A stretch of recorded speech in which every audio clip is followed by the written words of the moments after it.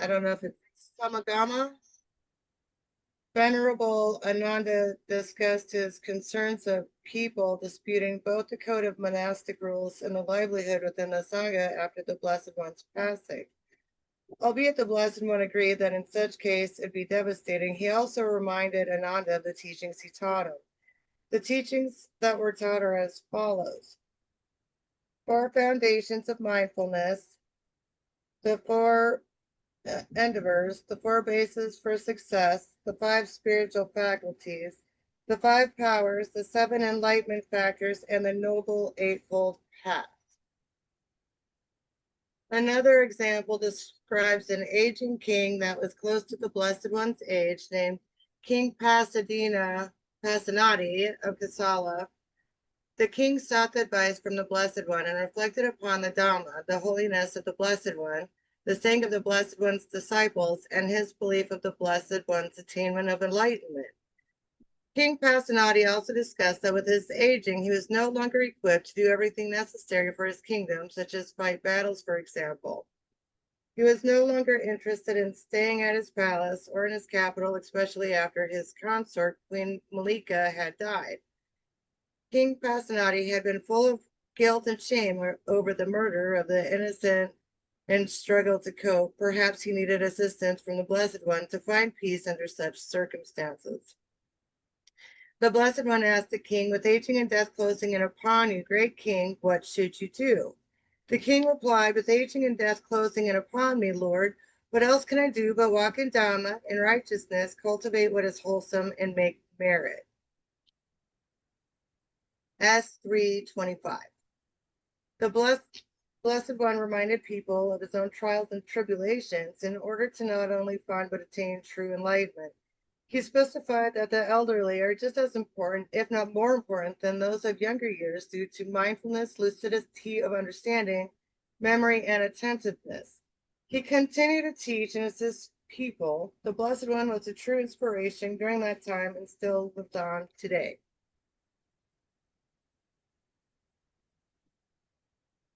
That's all. Thank you so much. Maybe we can, you can also, thumbs up. Yes. Sorry.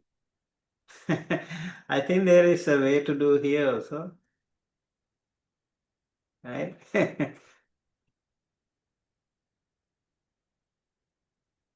There's a way to react, yes.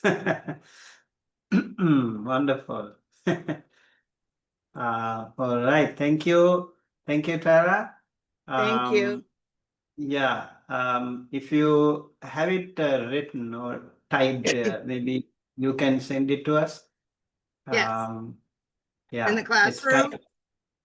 Yeah, you can send it to us in the classroom, and maybe I will put them together and post it separately. I mean, that will be very helpful to everyone. Thank you. Thank you for opening up. And okay, who's going next?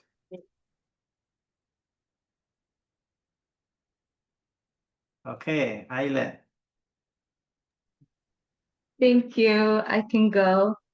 So I have chapter 1. And let me pull it up on my other screen here, what I wrote. All right. So, whoops. Here we go. So it starts out by saying that the documents of the Buddha's life and teaching are some of the oldest historical records that India has. And that this seems to be a politically stable and developed society that he lived in. It gives a brief summary. He sought to attain enlightenment for 6 years and achieved this at the age of 35. He spent 45 years traveling and sharing his teachings until he died in what is thought to be 483 BC. And then it explains where we have most of the Tripitaka from, which is 3 months after the death of the Buddha, a council of 500 senior monks who had all reached enlightenment gathered. This would be the first Buddhist council. And they wanted to organize a system for passing on these teachings. So they had the elder Upali recite the rules of conduct for the monastic order. And this is what became the Vinaya Pitaka, or the teachings on the discipline for the Sangha. And these accounts begin with the phrase, "the occasion was this." And then next at the council, the elder Ananda recited the Buddha's discourses, because Ananda had been the Buddha's personal attendant for the last 24 years of the Buddha's life. So he'd been very close to him. And he was also said to have had a good memory. So these discourses begin with, "Thus I heard." And these are what becomes the Sutta Pitaka, or the basket of discourses. So then we have from the Sutta Pitaka, it says that in a previous life, the Buddha was living in the heaven of the contented. And in this sutta, they do not call him the Buddha, they call him the Bodhisattva, which is the being dedicated to enlightenment. So he was already, in this previous life, he was already dedicated on the path to find enlightenment. So he's described as being mindful and fully aware while in the heaven of the contented. So then that life ends and he enters his mother's womb, and it said that things like a great powerful light were seen across the world system. Deities were aware that, this very special occurrence had happened. And there were 4 deities that came to guard the Buddha and his mother. While his mother was pregnant, she was said to be completely pure in her behavior and did not experience any strong sensual desires and always felt in good health. It said that the Buddha was in the womb for exactly 10 months, and then his mother gave birth while standing up, and then the baby was caught and held by the 4 protective deities. And the baby was completely clean, no fluids on the body. And then the Buddha actually stood and walked 7 steps to the north, and said, "I am the highest in the world. I am the best in the world. I am the foremost in the world. This is the last birth. Now there is no more renewal of being in future lives." And then 7 days after his birth, the Buddha's mother died and was reborn in the heaven of the contented. The chapter also has a song or a chant from Buddhist tradition, which is about a seer from the Brahmin caste, who predicted the birth of a Buddha coming into the world. It says he predicted the birth of one that would be the Lord of all men and foremost among mankind, and then goes to Lumbini to see this, and is very overjoyed that this has occurred in the world. And then finally, in terms of the Buddha's early life, the Tipitaka only has 2 incidents or 2 stories that mention the Buddha's life before he starts his search for enlightenment. The chapter mentioned very briefly, it just said this was an account where the Buddha was meditating under a rose apple tree while his father was working in the fields. And then the second incident we have is from a sutta on the 3 considerations. And the Buddha explains that even though he lived this life of luxury, had power and fortune, he realized that he was subject to aging, sickness, and death, just like all beings. And so, with considering these three things, the Buddha says that the vanity of youth, the vanity of health, and the vanity of life entirely left me. So that's what I have for the chapter. Thank you. Thank you so much. That's wonderful. So that is the first chapter. If you want to buy the chapters, maybe chapter 2. I'm not sure if chapter 2 is here or not. Yeah, please give her a thumbs up or, before we go on to the next. Okay, thank you very much, Ayla. I think that was really good. I hope those people who have not read that part of the Buddha's life, this was very helpful. And maybe Ayla and Tara, you can also highlight those new things that you learn, maybe the names, maybe the places, maybe some important quotes that you found interesting. Or if you also have some questions, please post it in the Google Classroom so I can later reply. Okay? Right. Thank you so much. All right. So who's going next? Yusi? All Yes, right. I'm Okay. next. So chapter 2 is the struggle for enlightenment. It started after chapter 1, that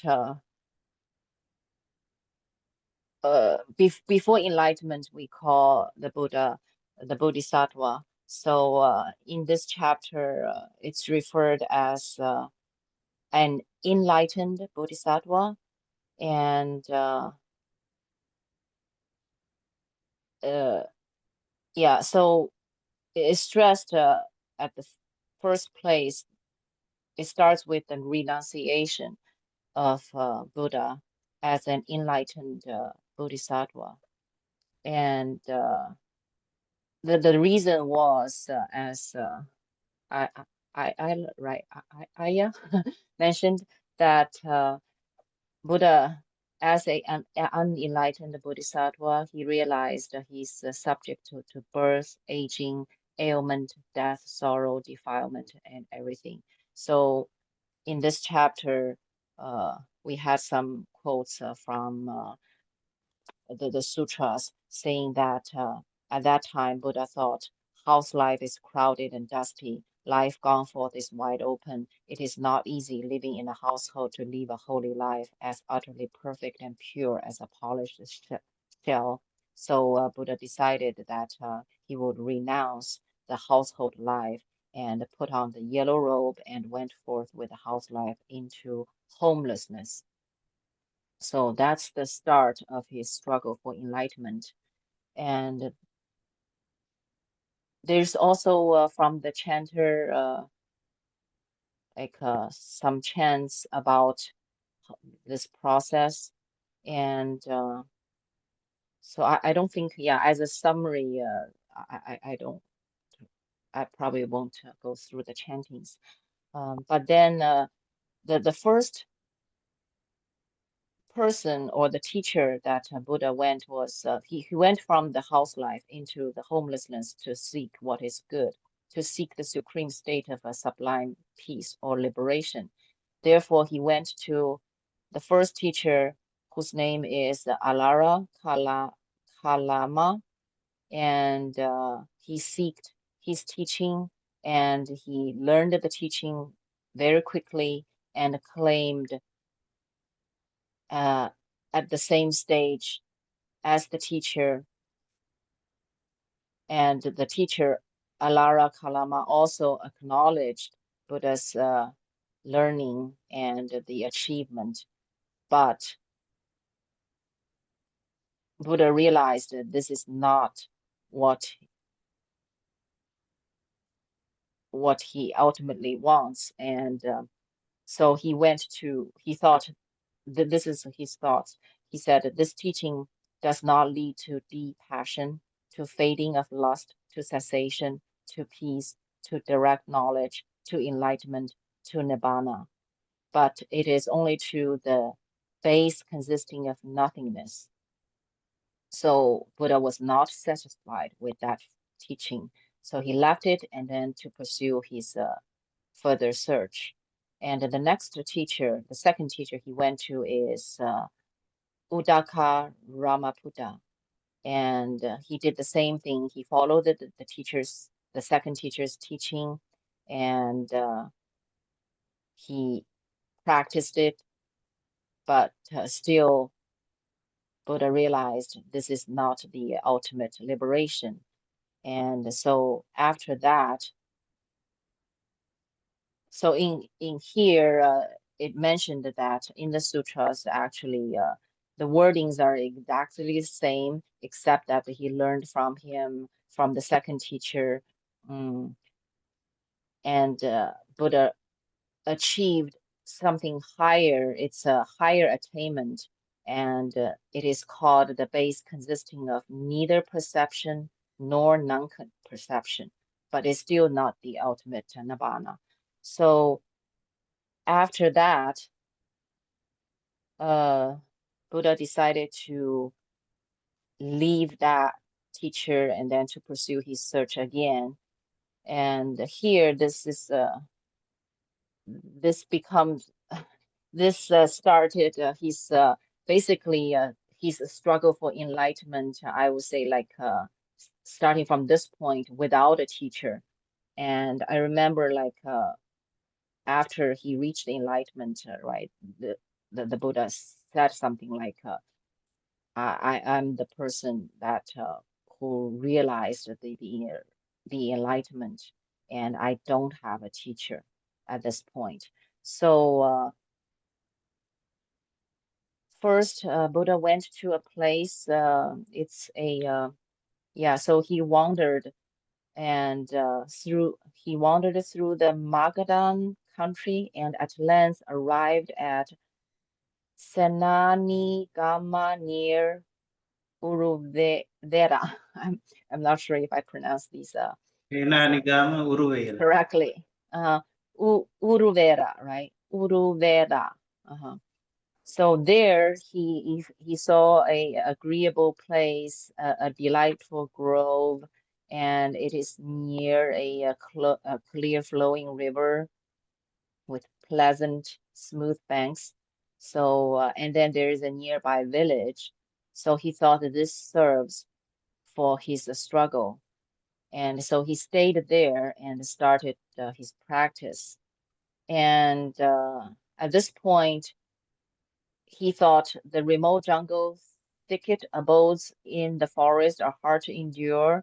And then but he realized that he himself is free from the common defects such as like the sensitivities for sensual, like lust for sensual desires and thoughts for hate and other things. So his mind is pretty peaceful and calmful at this point.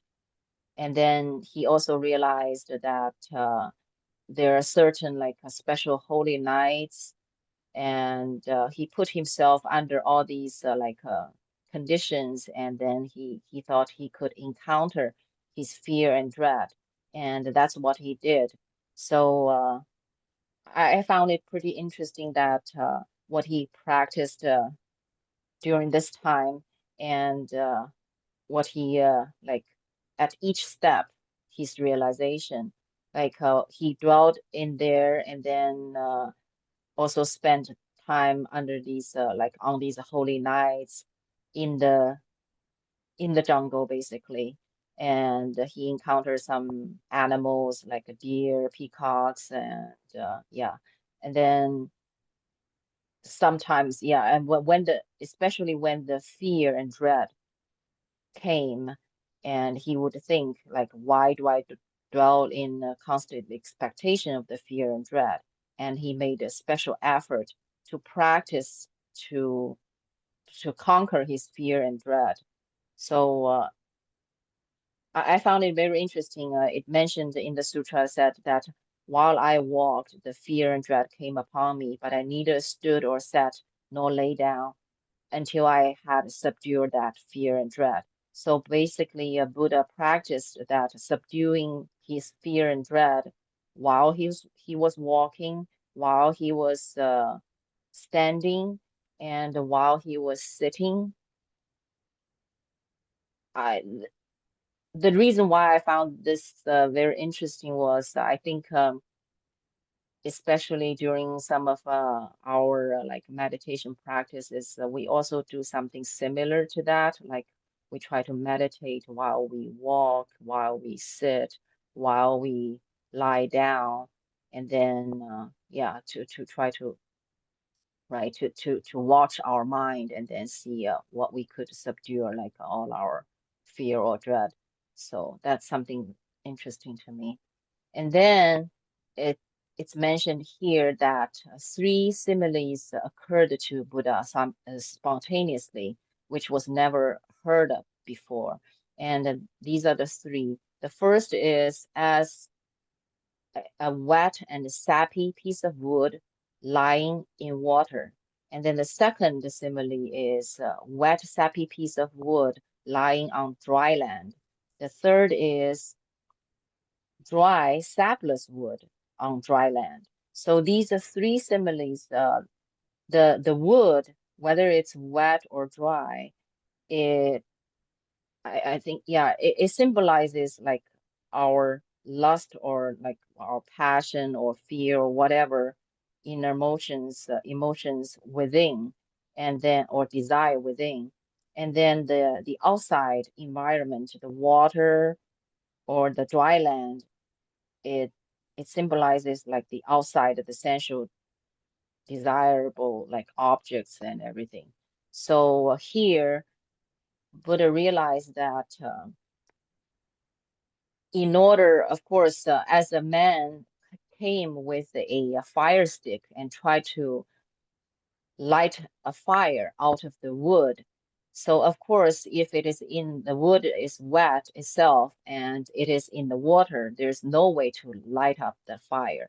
But if it is a dry wood on a dry land, then it will be very easy to light a fire. So that's almost right. That's common sense. But here, using this simile or the symbolic meanings, the Buddha realized that as a monk or a Brahmin who wants to practice the spiritual path, you have to, of course, live without like the bodily and mentally, like you have to withdraw from the bodily and mentally from the sensual desires, from the outside central world. So that way you will be in a dry on a dry as if a piece of wood, right, on a dry land.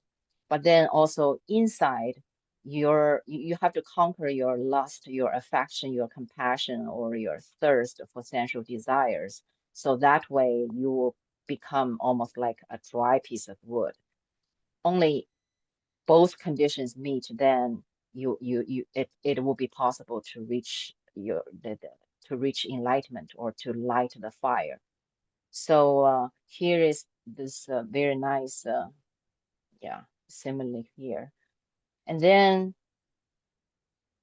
after thinking about this, Buddha started his like actual practice. So he tried a bunch of different things. Like one is he first tried to it's some like weird, awkward postures, I think. So here he mentioned that uh, it's kind of interesting as yeah. Uh, so first I think he clenched. Let me try to find this. Yeah, I think what he did is he practiced this with my teeth. He said, with my teeth clenched and my tongue pressed against the roof of my mouth, I beat down, constrain, and crush my mind with my mind. So with some weird posture, he's trying to practice through that to constrain and cross his mind with his mind, basically like using this kind of practice to conquer, right, his mind.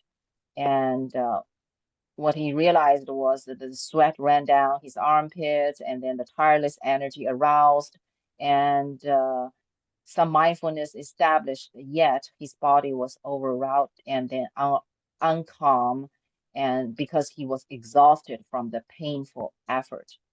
So this was some practice, and it sort of reminded me of some practices that I read about, or I know of about, like some Indian yogis, like even in some like modern days, right, like Hatha yoga or whatever, or the Kriya yoga practices.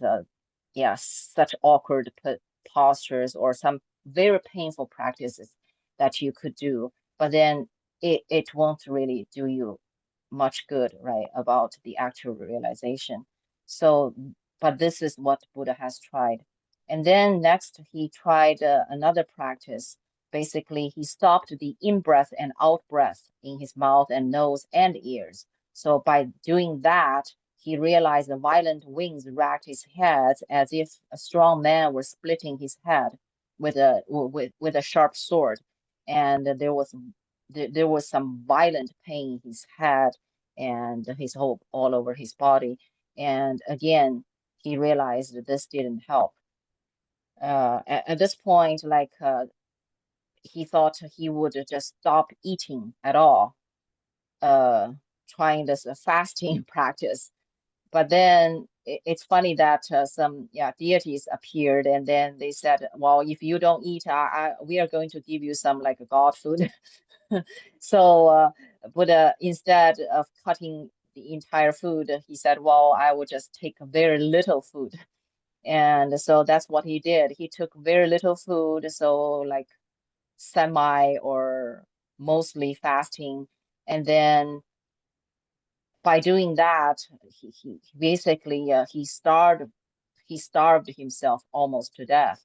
And I think the legend goes like, I think that was the Buddha afterwards, he acknowledged that he started himself almost like just one step ahead, he would be dead. So it's like to that extreme. And but then again, this didn't really help, except that it almost made him. I don't know if everybody have seen this this old statue or like a picture of the Buddha when he practiced this kind of extreme practices. Basically, it's a Buddha. I think it's in one in this book or the other book. You can see all like his rib bones, and then it's like it's yeah, he mentioned, it's mentioned here, like if I touch my belly skin, I would encounter my backbone. If I touch my backbone, I will encounter my belly skin. So that's how he starved. Yes, he was basically a skeleton, almost like that. Yeah, at that point. So, but then it didn't help with his realization. So here we see like the chanter has like a long song or chant about all the stages, and then how the Mara appeared, and then everything. And then that's when Buddha realized all these practices, these extremes that he didn't really help. And so he thought like, if through these kind of painful practice, even like in the past or in the future, any monk or Brahmin, they could probably, they could equal this, but they could not even exceed this. But then even through all this, he attained no distinction higher than the human state. And so he seriously questioned himself for these practices, and he thought that there might be another way to enlightenment. And that's when he recalled his meditation experience when he was a teenage, and that was when he was sitting and abiding under a tree in a quite comfortable position and quite secluded from sensual desires, secluded from unwholesome things that he had entered upon. And at that point, he entered the first meditation, and he realized that the first meditation provided him with happiness and pleasure that is born from seclusion. And so at that point, he realized that might be the way to enlightenment. So following up with that memory, then he came with the recognition that this might be the way. And he asked himself, why am I afraid of such pleasure? Because when he thought about it, thought it over, this is the pleasure that has nothing to do with sensual desires and unwholesome things.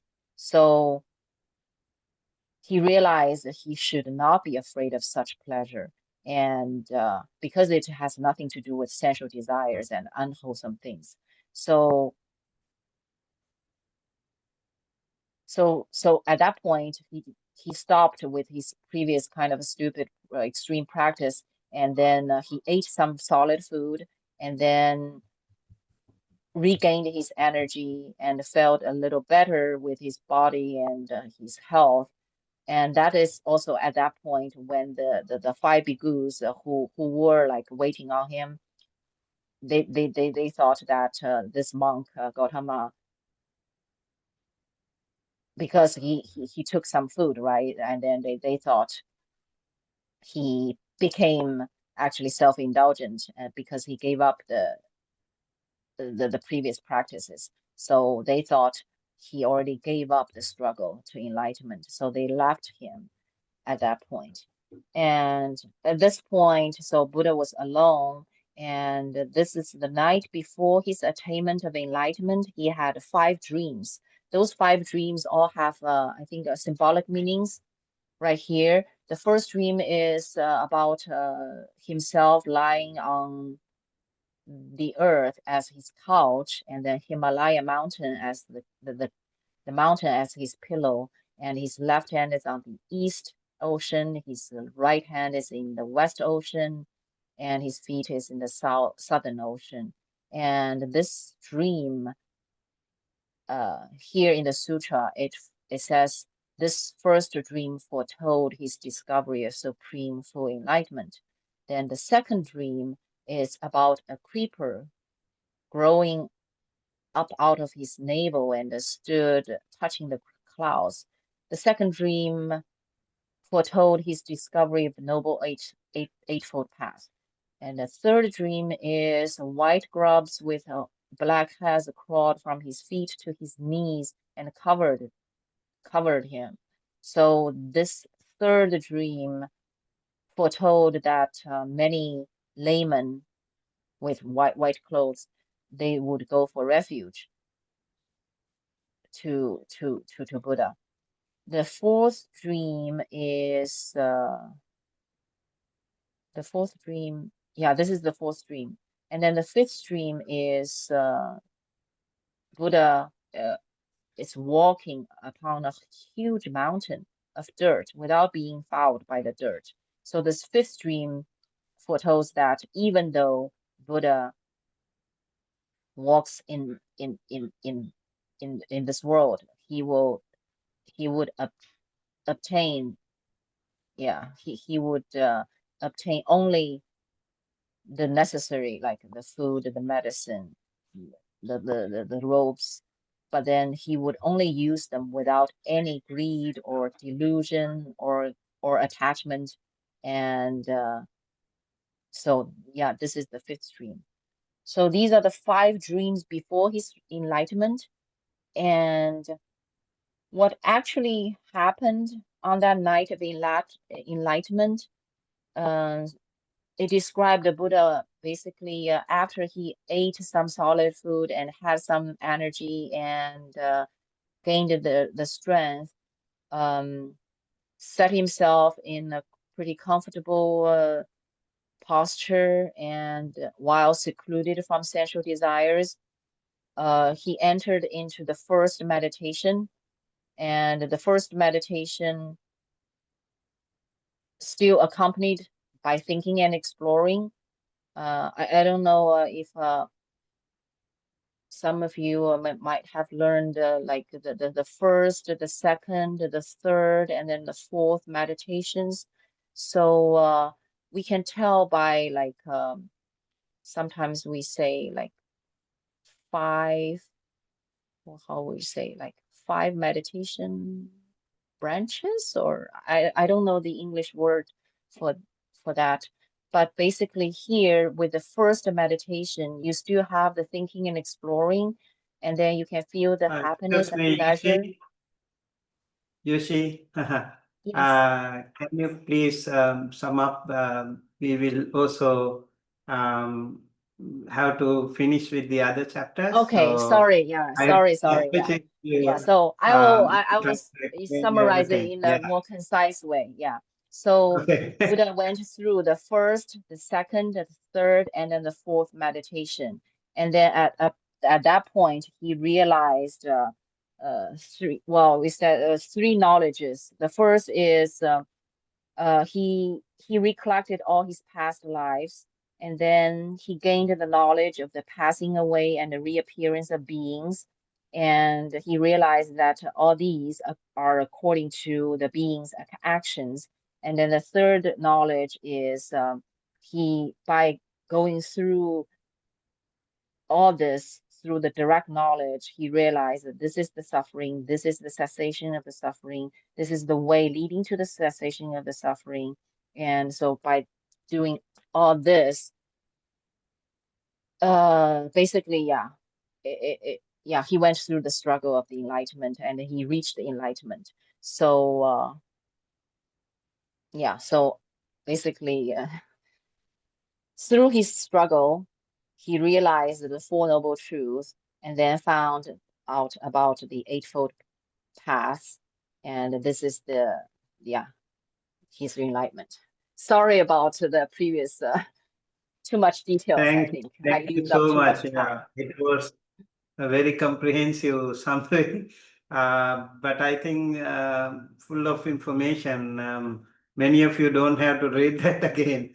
She actually explained very, very widely. Thank you so much. And also, please give her thumbs up or reaction. Yeah, that'll be nice. Thank you very much, UC. Yeah, so chapter 3. Yes, that's me. Before I Okay. start, Monday, could I ask for permission to be funny for this summary? Sure. Okay, thank you. Because there's many many part in here could be seen as a little bit funny. Uh, yeah. So after the enlightenment, the Blessed One was sitting under the Bodhi tree for 7 days, and then kind of the first sutra, the first teaching in that in the chapter 3 is about the origin of suffering, and it's going to the order forward and reverse in the order that the first is ignorance, which precedes formation, which precedes consciousness, which precedes name and form, and then sixfold base, and then go to contact, feeling, craving, clinging, birth, aging, death, and then after that would be sorrow, lamentation, pain, grief, and despair. So then after this 7 days, he moved to a new tree. It's like a banyan tree for another 7 days. And at this tree, a Brahmin came to ask the Blessed One, what is a Brahmin? And he gave the definition. And then after that, he moved to a new tree for 7 days. And at this place, a storm arose for 7 days. And then a royal serpent came out of nowhere and wrapped around the Blessed One 7 times in his coil to protect him. And then after these 7 days, the sky is clear. The serpent vanished and assumed the form of a Brahmin. So he was transformed by the act of this protection. And then after that, he moved to a different tree. The Blessed One moved to a different tree. And here, two merchants came by and hear about his reputation. He came by to honor him, and then these two people prepare rice cake and honey, and they were like kind of exciting, come to the Buddha and offer these. And the Buddha said, no, I'm not taking this with because of your bare hands. And the merchants were thinking a while, and they come up with the idea that they would put this rice cake and honey in a crystal bowl. And then the Buddha, okay, yes, now I can take them. So yeah, these two merchants became the first followers of the Buddha. And an important point is that because they are the first, so they only took the two refuges in the Buddha and the Dharma, not the Sangha, because it's not formed here yet. And then after that, the Buddha came back to the banyan tree, and he taught about the five spiritual faculties, which includes faith, energy, mindfulness, concentration, and understanding. And then also four foundations of mindfulness: body, feelings, consciousness, and mental objects. And then after that, there's an incident of a Mara, the evil one, arose and accused the Buddha that he forsaken the ascetic path and he's not pure. And the Buddha rebuttal and said, and like speaking truth about the Mara themselves. And the Mara said, oh, he knows me. So she ran away. And then uh, the Buddha was meditating and questioning himself about like who he should pay respect to. And he's at the end, he concluded that there's no monk or Brahmin that he should live under. He decided that the Dharma that he discovered is the one that he could live under. But then this Dharma is too profound, and other people, he don't think they would understand the Nibbana, the enlightenment. So I quote, his mind favor the inaction and not teaching the Dharma. But then Brahma Sahapati appear and persuade the Blessed One to rethink. And then the Blessed One do a survey with the eye of the Buddha, and he see that he say the world there are beings with little dust on their eyes and with much dust on their eyes. So the Blessed One decided that yes, he will go out and teach the people with the little dust in their eyes. And then he see again, he had some people in mind he wanted to teach, but then with his eye of the Buddha, he saw that they actually already dead. So yeah, at the end, he saw the five ecstatic, uh, and he decided that they would be the best fit for the teaching. So he decided to leave these trees and go to the deer park to meet these five ecstatics. On the road, he met a monk, and this random monk just saw that the Buddha was like light skinned and kind of having an aura. So he just came by and asked, "Who are you? Who is your teacher?" And the Buddha, being the Blessed One, being the Buddha now, he replied that I am the all transcender. I am the all knowing. Uh, so then finally he arrived at the deer park. But when he was coming by, these five ecstatics were agreeing among each other that okay, this guy, he forsaken the ecstatic life. He's like he's not pure, so we would ignore him. We don't care about him.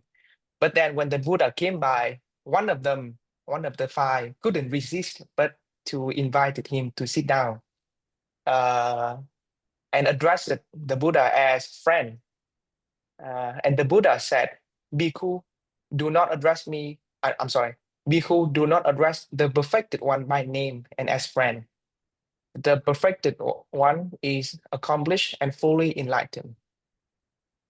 So other ecstatic accuse him of self-indulgence, but the Buddha said no, that he could instruct them for liberation. And then back and forth, there's other other people keep saying and keep arguing with him that that the Buddha forsaken the ecstatic. But after a while, he was serious. He said, "Because have you ever known me to speak like this before?" And they take him seriously that he is enlightened. So yeah, at the end, the Blessed One was able to convince them. So, and right on that topic, he talked about the middle way as one of the most important teaching that yeah, one should not avoid two extremes, either self-indulgent or too aesthetic life. And then he talked about the noble eightfold path, the Four Noble Truths. And as he delivered this teaching, Kodanya, one of the five, gained the profound insight and realizing that what all that is subject to arising is subject to cessation. And this event marked the settling rolling of the wheel of Dharma, and it was celebrated by deities across the universe, all the realms. And Kodanya, known as Anyata Kodanya, which means Kodanya who knows. And then the text also concludes with the discourse on the not self characteristic, where the Buddha teaching is about the five about material form, feeling, perception, formation, and consciousness, about their impermanence, and so this five. I'm sorry. What is the term of this five? Is this called five of defile? No, not defilement. My disciples. Can you repeat that? 5 disciples? No, like the Skandhas. yes, aggregates. Yeah, Oh, aggregates. Five aggregates. 5 Yes, aggregates. five aggregates. It's yeah, mental form, feeling, perceptions, consciousness, formation. So yeah, and after this,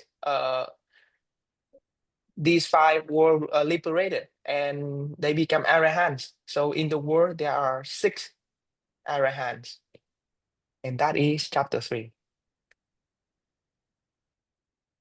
Thank you so much. Wonderful. All right. So who is going chapter 4? And before that, please give him a thumbs up. Thank you, Mark, for your presentation. All right. Who is going next? We have. I have chapter Is that 4. for chapter 4? Okay. That's me. Cameron. Okay. All right. Okay, this is chapter 4, spreading the Dhamma. It begins with Yasa. Yasa parallels the Buddha's going forth as he leaves a great abundance of wealth after finding disgust with his female companions who fell asleep, and he woke up before them and I found them drooling and all slumped over. He had a great disgust with that. So, assisted by devas, he sneaks out of one of his 3 pleasure palaces and he wanders to Deer Park, where he finds the Buddha, and the Buddha teaches him the 4 Noble Truths, and he immediately gains confidence and decides to ordain, become a follower. His father comes to look for him, and the Buddha uses his miraculous powers to make Yasa invisible so he can talk to his father. So he teaches him, and his father also becomes confident, decides to become a lay follower, and his son is revealed, and his father still tries to convince him to come back, but he's already resolute in his confidence. So he decides to stay, and he ends up becoming the seventh Arhat. Then his mother and sister come too to try to convince him. And they're also convinced, and they become the first female lay followers. And four of Vyas's friends hear of his ordination and come follow, and also become Arhats. And then 50 more friends come, and they all become Arhats. And the news spreads to other countries, and the Buddha decides to talk to the community about if they want to accept people from other countries, and they decided to. And as they're wandering the countryside, Mara comes every now and then to try and stir things up and shake the Buddha's confidence and engage him in debate. But of course, he's sent away. Can you hear me? All right. Yeah, I we don't can have hear a- you. Okay.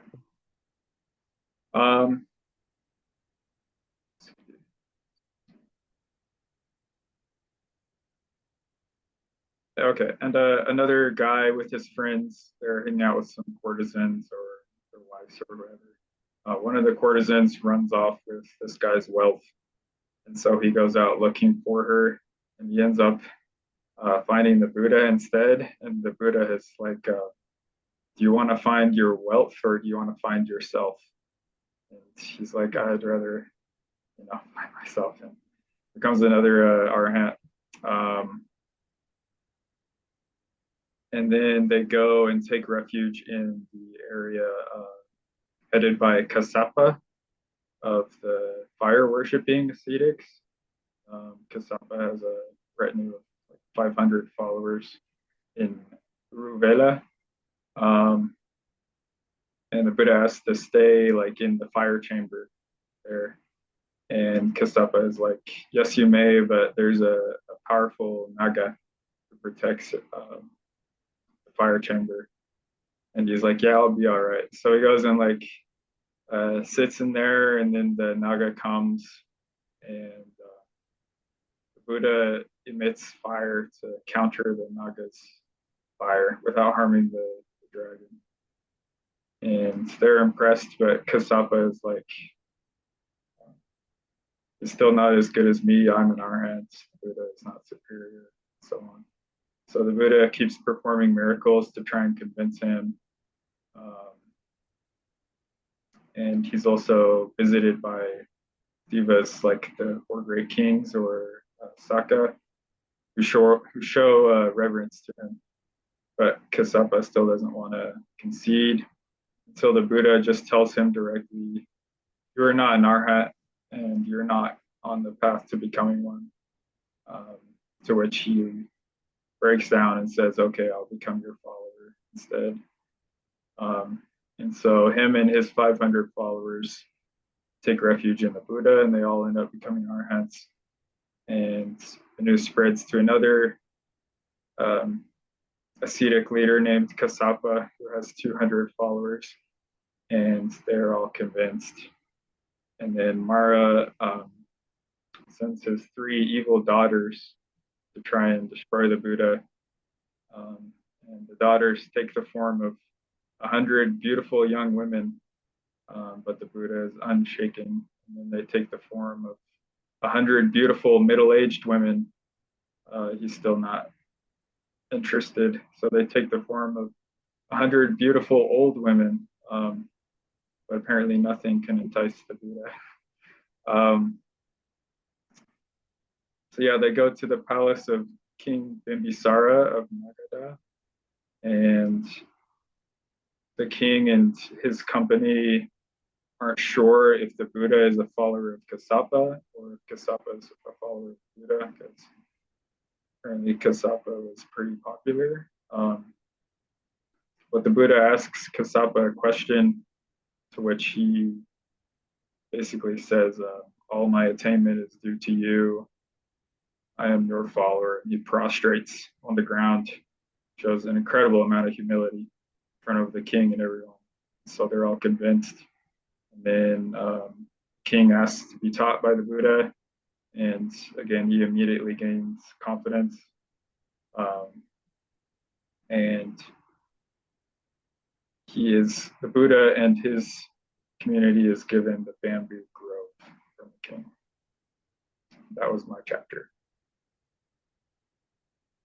Wonderful. Thank you so much, Cameron. So it's like reading a novel, right? You can just keep reading. I think from the beginning now this is also a kind of inspiration to you. Okay, I should read the whole book. This is so fascinating. And remember, this is also like from the original Sutta code. So it gives you more genuine account of the Buddha's life. All right, and please give him thumbs up, and then we'll move to chapter 5. Is that Chris? I had chapter 8. Okay, okay. All right, who is presenting chapter 5?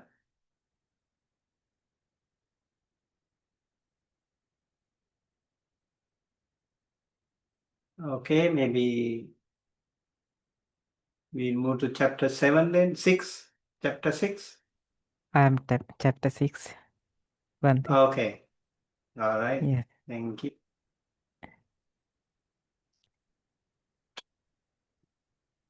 My I have chapter 6. In summary, Anathapindika, the feeder of the poor.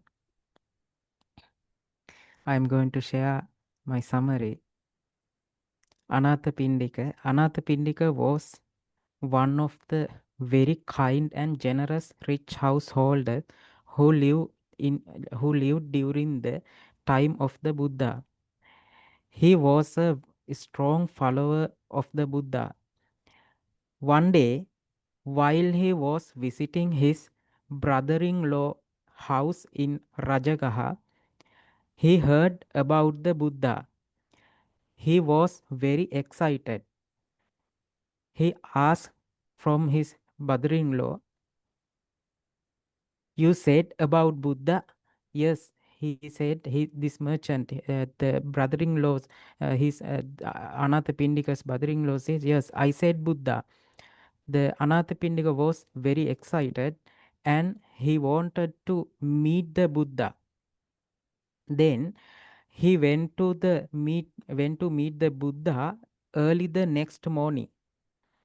He felt afraid at first, but a spirit encouraged him to keep going.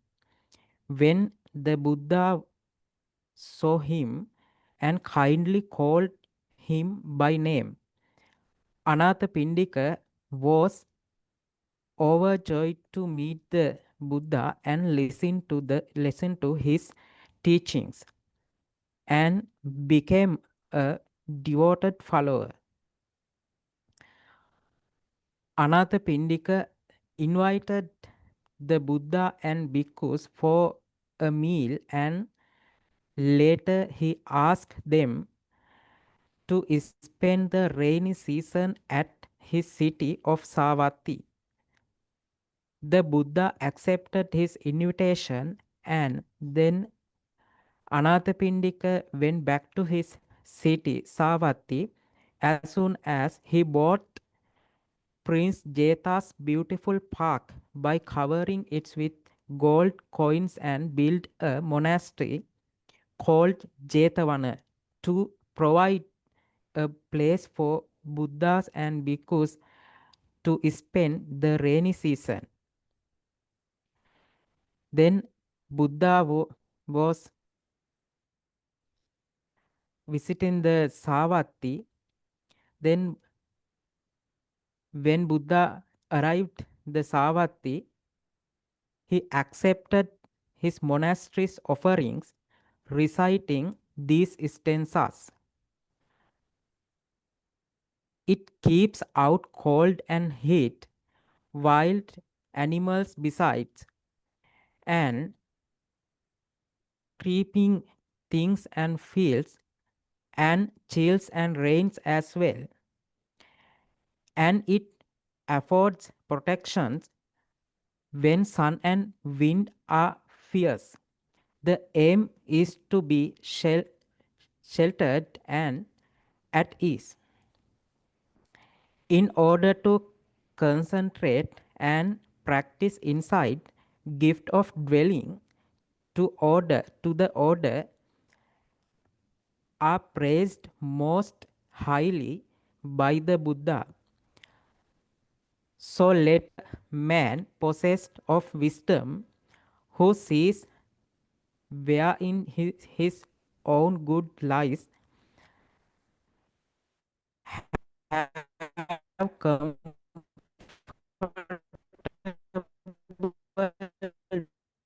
dwelling made, and have the he can give food to them and drink and clothing and a resting place, letting his heart, repose its trust in those who walk in righteousness, and they will teach the Dhamma to him. For freedom from all suffering, knowing which the is free from taints. This stanzas is in the Vinaya Pitaka Chulavagapali. Then the Anathapindika continued to support to the Buddha and the bhikkhus with with great devotion, and he listened to the Dhamma deeply. He did lot of great things in his whole life, and even in his final illness, he received the deep Dhamma sermon from the Sariputta Arahat Bhikkhu, and he died peacefully. After he died, he was reborn in heaven as a stream enterer due to his strong faith and generosity. Thank you. Thank you very much, Venerable Vijita, for your summary of Anathapindika. Yeah, that's another story that everyone should read more. All right. Yeah, please give him a reaction. And let's go to next chapter, chapter number 7.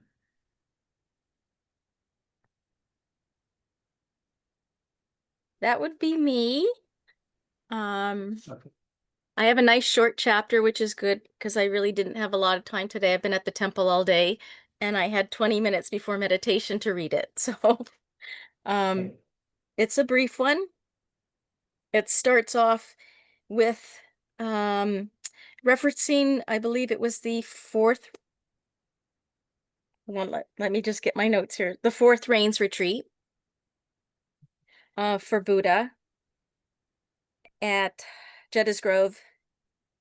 And it starts off talking about Nanda, Buddha's half brother, and how he's discontented with his practice, and he's not happy because he's craving his beautiful, beautiful woman back home. So Buddha takes him off into one of the realms and introduces and shows him these nymphs with duck feet.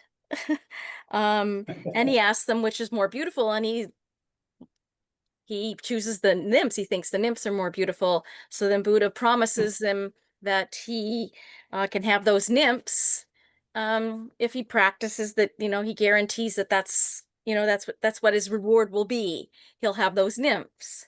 Then word got around that that was the promise, and everybody made fun of him. So he became a little withdrawn, and he went off on his own and did his own thing, and he had the time by himself that he actually became more of aware of what was actually going on and what he was seeing. And he became wiser about it. And he realized that he was attached to that beauty. And at first, when I read this, I'm going, why is Nanda in there? But it's about that attachment that men would have with women and that conflict with men and women with their beauty and how that would distract them from the practice.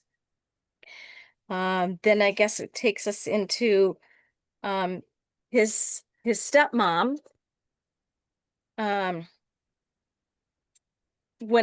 approached the Blessed One, wanting to be a bhikkhu, a bhikkhuni, and he said no.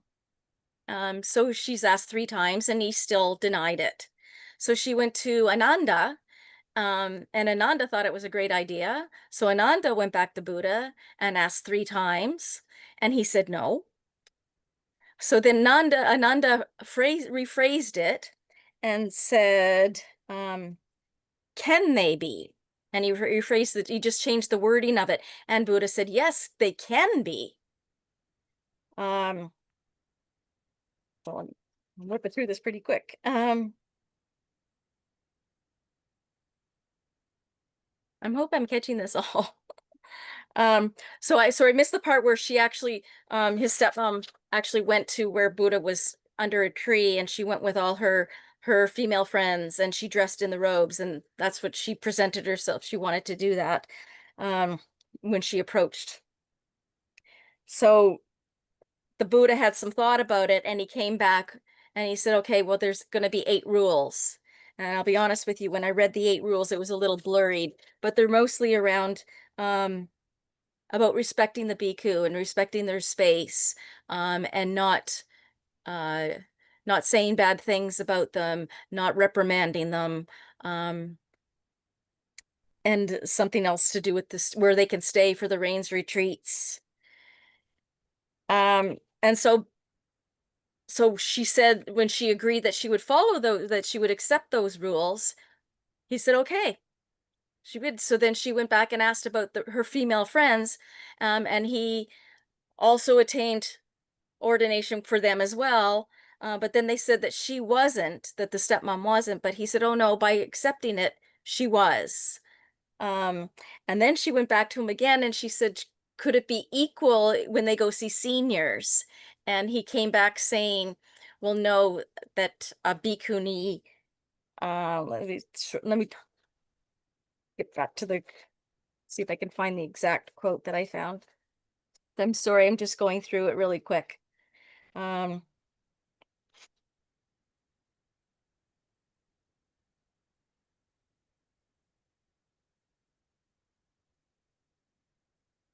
Yeah, this is that no bhikkhu should pay homage to a bhikkhuni.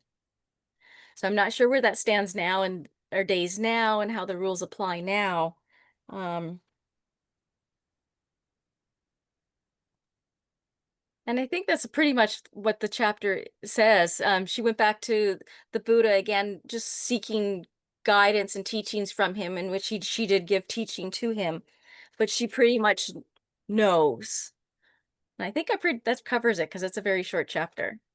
I don't know how well I did, but I did my 3 minutes though. I got my 3 Thank you. Thank you minutes. so much. That's awesome. Thank you so much, Maria, and also appreciate your very vibrant presentation. Yeah, okay. We'll go to chapter 8. Yeah, give her a thumbs up before going to next. Who is our next presenter? Oh, okay, Chris, right? Yeah, that's me. Yep, Okay. Chris. Yeah, so mine was all about the quarrel at Kasambi, which, as it stated in the book, was the capital of Amsa, small kingdom located between the Ganges and the Juma. The quarrel started between 2 bhikkhus in a monastery in the Sangha, which started when one bhikkhu, who was known as the teacher of discourses, left a vessel containing unused washing water in the latrine. And another bhikkhu, known as the teacher of discipline, pointed out that it was an offense to do this, but the teacher of discourses said he did not know it was an offense and did not leave it there intentionally. The teacher of discipline said if it was unintentional, then there was no offense. But then the teacher of discipline then later told his own students that the teacher of discourses does not know when he commits an offense. And then those students told the teacher of discourses students that he had committed an offense. They relayed that information onto the teacher of discourses. So the teacher of discourses then responds that the teacher of disciplines was a liar for now saying it was an offense after he originally said there wasn't one. The teacher of disciplines responded by calling for the suspension of the teacher of discourses. So when word of the incident got to the Buddha, he originally saw it as an offense, but then later changed his mind, while bhikkhus at the monastery were very divided over this issue. The bhikkhus eventually agreed to suspend the teacher of discourses, even though he still did not see that he committed an offense. He then sent messengers to friends and associates who confronted those who had suspended him, but it really didn't change anybody's opinions at that point. After one bhikkhu went to the Buddha, he tried to appeal to both sides about the consequences of starting a quarrel. He said that it would be difficult to keep the holy day Upasaka, the observance with him, as well as the Parvarana ceremony, carrying out acts of the Sangha, or even being able to live under the same roof. But despite the Buddha's words, the fighting broke out in the Sangha. It was described in the book as quarrels, brawls, and disputes that broke out. But it was basically where they said that both sides wounded the other side with words. The Buddha tried to intervene and plead to both sides, but had no luck. So the next morning, the Buddha goes to Kasambi to gather alms. And when he returned, he shared some stanzas with the bhikkhus that first addressed the quarrel and basically how both sides were acting foolish. But then he ended his last stanza by talking about just being better off alone than with untrustworthy companions. So from there, he went to visit the Venerable Bhagu, who was living with the Venerable Anuruddha, the Venerable Nandiya, and the Venerable Kambila. And so they each spoke to him about how the others were trustworthy companions and they lived together and helped each other out when necessary, and were able to survive very well because of each other. So after that visit, the Buddha then went to live in the Rakita jungle at the root of an auspicious sala tree. He thought of previously living with the discomfort of quarreling bhikkhus and how being alone and companionless was a better option. So soon after, several bhikkhus went to the Venerable Ananda in hopes of finding the Buddha and having him, hearing a talk from him on the Dhamma. Once they were taken to the auspicious sala tree where the Buddha was, he encouraged them with a talk on the Dhamma. Meanwhile, there were lay followers in Kasambi who got word of the quarrel and how it led to the Buddha to leave. They stated that they would essentially ignore the bhikkhus until either they left the Sangha or if they made amends with the Buddha. So eventually the suspended bhikkhu came to acknowledge that what he had done was an offense, and he shared his feelings with the supporters, who then shared it with the Buddha. And so the Buddha said, since the suspended bhikkhu acknowledged what he did and that he was suspended for it, that he should be reinstated. The supporters then went to those who suspended him, shared the news that he had been reinstated, and offered to have an act of settlement before the Sangha to close the matter. And it ended the chapter by saying that those who did the suspending went to the Buddha, told him what had occurred, and then the act of settlement was approved and the matter was laid to rest.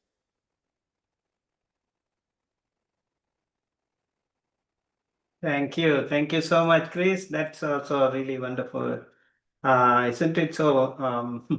I mean, such an a learning for us. Like even those spiritual practitioners, they also have disagreements. They could still disagree. So sometimes we have to agree to disagree. Those things can happen to any of. That's actually a very helpful learning experience to all of us too. Even the Buddha could not live with them when they were fighting. And then many things could happen. Right. Thank you. And please give him thumbs up. And also then we'll move to chapter 9. Who is chapter 9? Chapter 9's me. Okay. My Wi-Fi is not very good right now, so I'll do my best. And then this is a very how do you say? It's a very long chapter and it's full of information. And so I'll try to share what I prepared.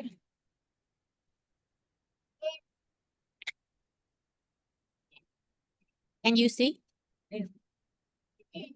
Yes. Yeah. Okay. Yes. So this chapter is focused on the early period of the following of the Buddhist enlightenments, and particularly in the first years, initial year of teaching revolves around many teachings to the community in the Sangha.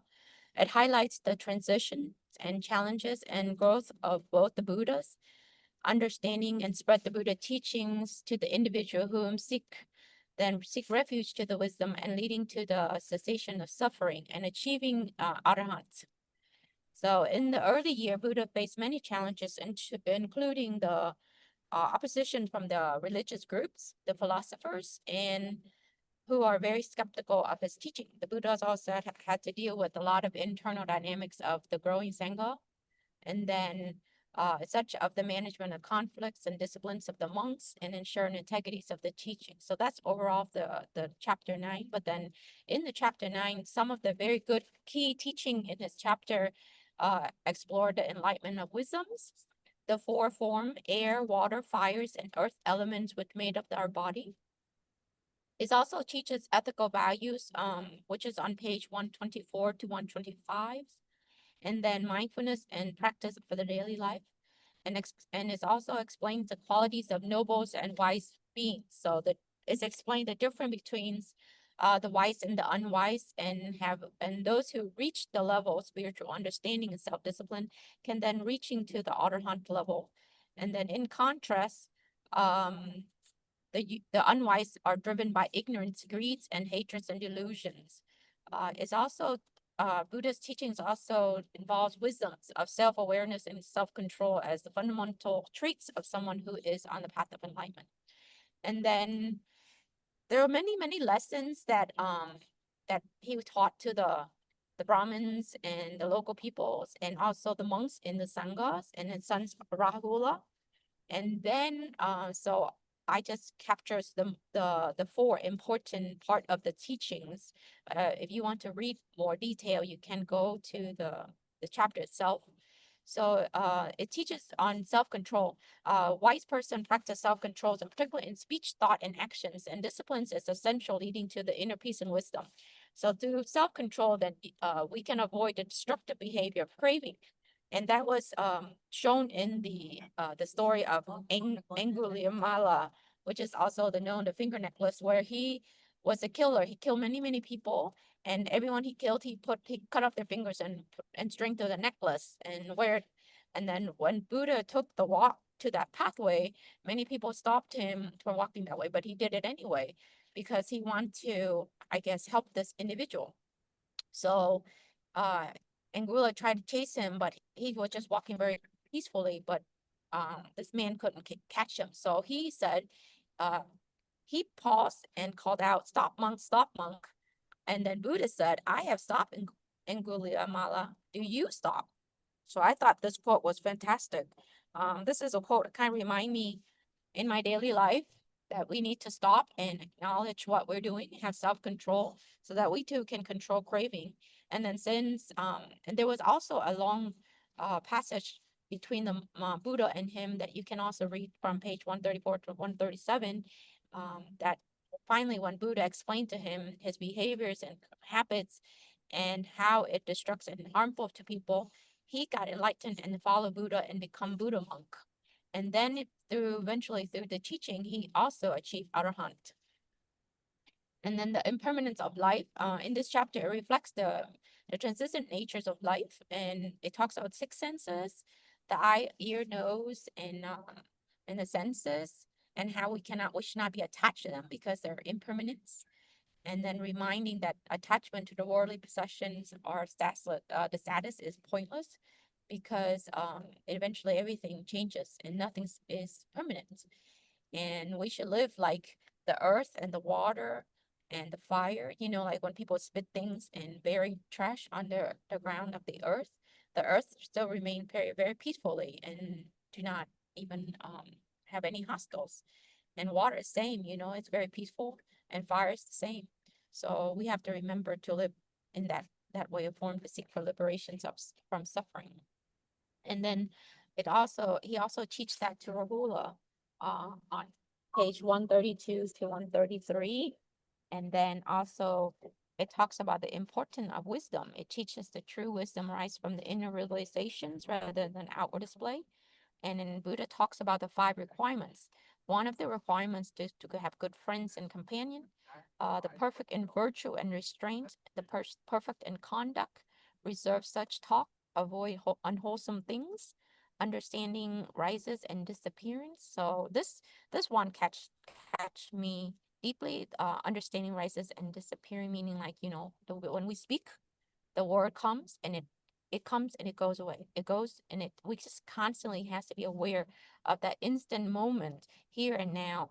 Just like in sound, when I say it, it's there and gone, there and gone. So it's keep rising and disappear and rises, disappearing. So with everything in life, it's like that. So as soon as you develop that kind of wisdom, your suffering kind of go away. And maintaining the 4 things to achieve enlightenment is, and wisdom is loathsomeness. In abandoning, it will allow you to abandon lust. And then if you practice loving kindness, it will fight against ill will. And then if you continue to practice mindfulness, it's discursive thoughts and that kind of discursive thought will eventually go away. And then mindfulness will eventually leading to the ego I to be disappearing and leading to nibbana of here and now. And then also in this chapter, it's very highly talk about the role of the mind, mindfulness and awareness, and that the mind highlights the critical factor in shaping our experience. And a wise person uses their mind to cultivate virtual qualities and focus on what benefits from spiritual growth. Negative mental states like angers and greeds can be very overwhelming. So Buddha teaching also talk about wise person is deeply mindfulness and aware of their thought, words, and action. And this will eventually lead to the understanding of reality and nature of enlightenment. So at the end of the chapter, it has a very good quote: "The consciousness that make no showing, nor that to do with fitness, claiming not being apart from all, there it is what water, earth, fire, and air not putting fine, and likewise the long and short, small, big, fair, and foul, there is that name and form, do without remainder cease." So basically, when you can come to a point in your life where this quote basically it's when the wisdom arises, and then there's less comparisons, when you can reach mutual where you don't see any comparisons in size, and everything kind of disappears, and then your suffering kind of go from there. Would to disappear. So Buddha teaching encouraged being to strive for wisdom, self-discipline, mindfulness, and in their life, and contrast the wise and the unwise, and the remind of true happiness from within, and do this inner development, concentration, mental clarity. And that's what chapter 9 is really about.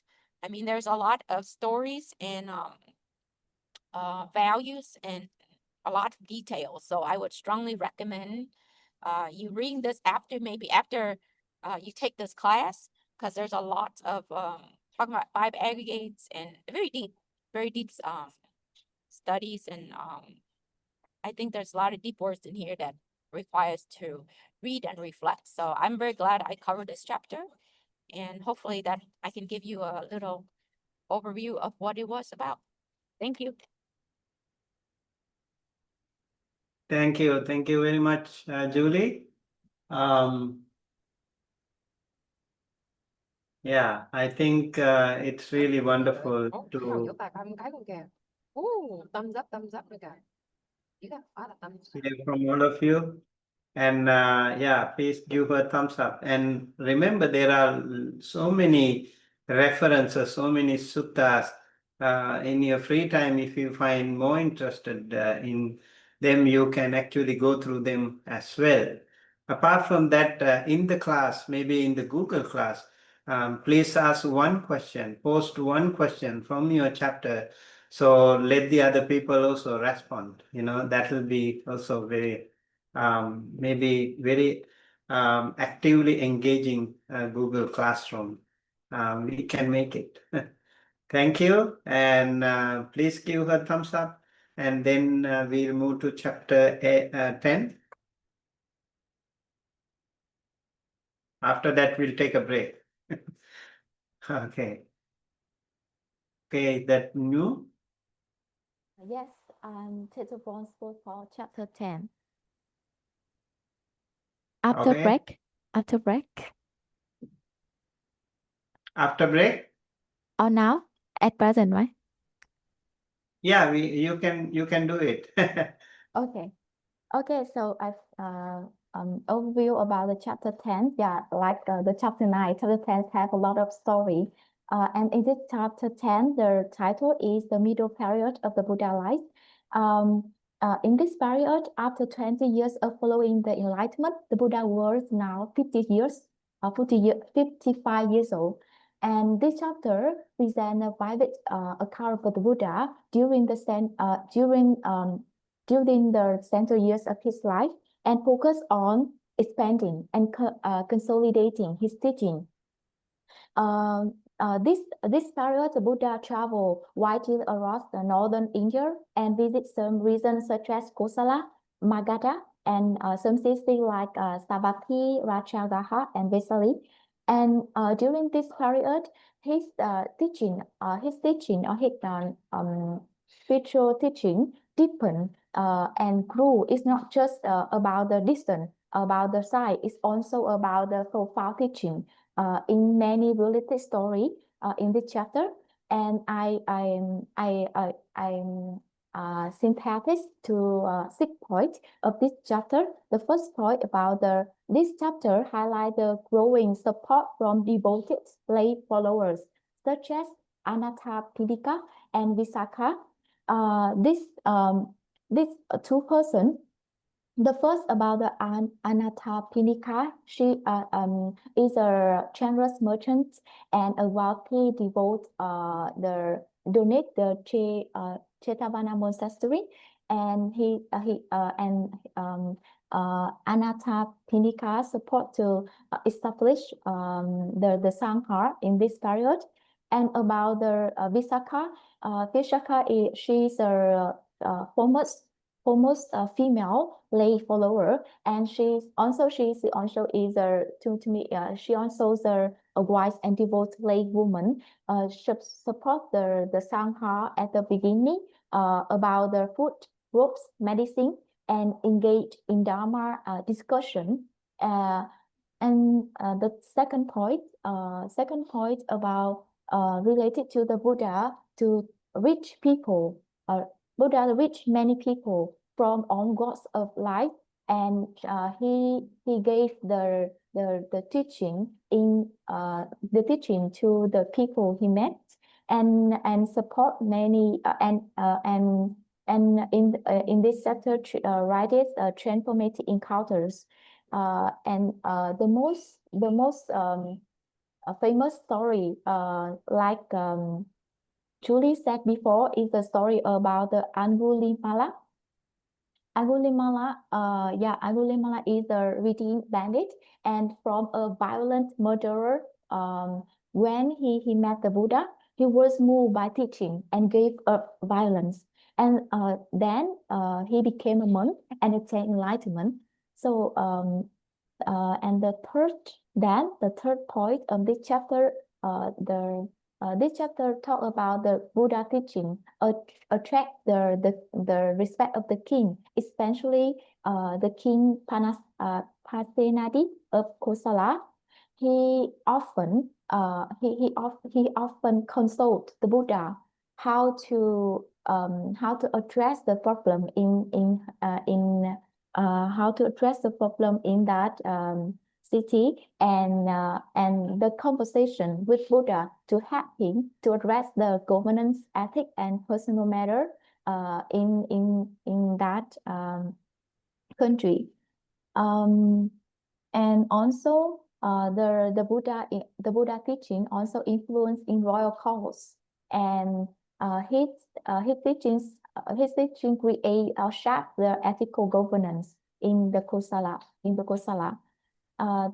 At the same period, the prince Badiya found the true happiness are not in wealth, but in the solitude of monastic life through the Buddha teaching.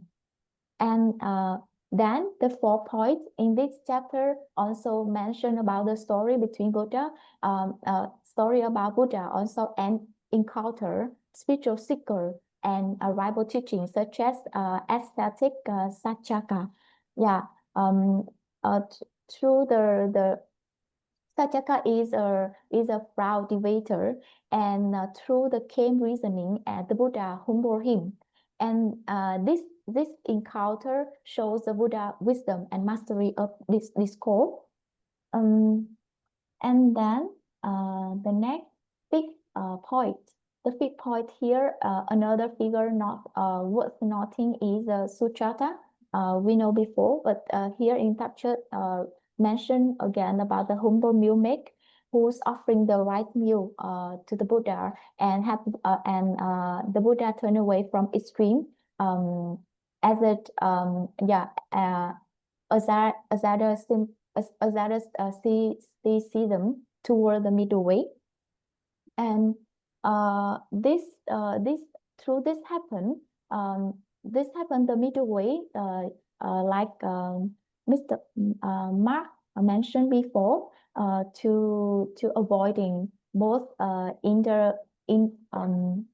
intelligence and self mortifications, and become the foundation for Four Noble Truths and the Noble Eightfold Path. Yeah, and the last 6 points, this chapter also documents the emergence of structured community life, and monastic rules, Vinaya were developed. A monastery become more organized and lay in the groundwork for lasting spiritual tradition. And the Buddha teachings focus on the meditative observation, jhana, sila, ethical conduct, and panya, wisdom, like the teacher mentioned with us before. And overall, the chapter capture the dynamic and fertilized period of the Buddha life. In that time, the teaching is not theory, but also is a practical approach to many citizens in India, and many related story during this period. During this period, emphasize the Buddha profound impact on people in both hearts and institution. Yes, thank you. Is my overview of this chapter. Thank you so much, Nu, and really appreciate your effort to explain about the middle period of the Buddha's life. Yeah, please give her a thumbs up, and we'll see you in 15 minutes. Okay. Thank you for listening.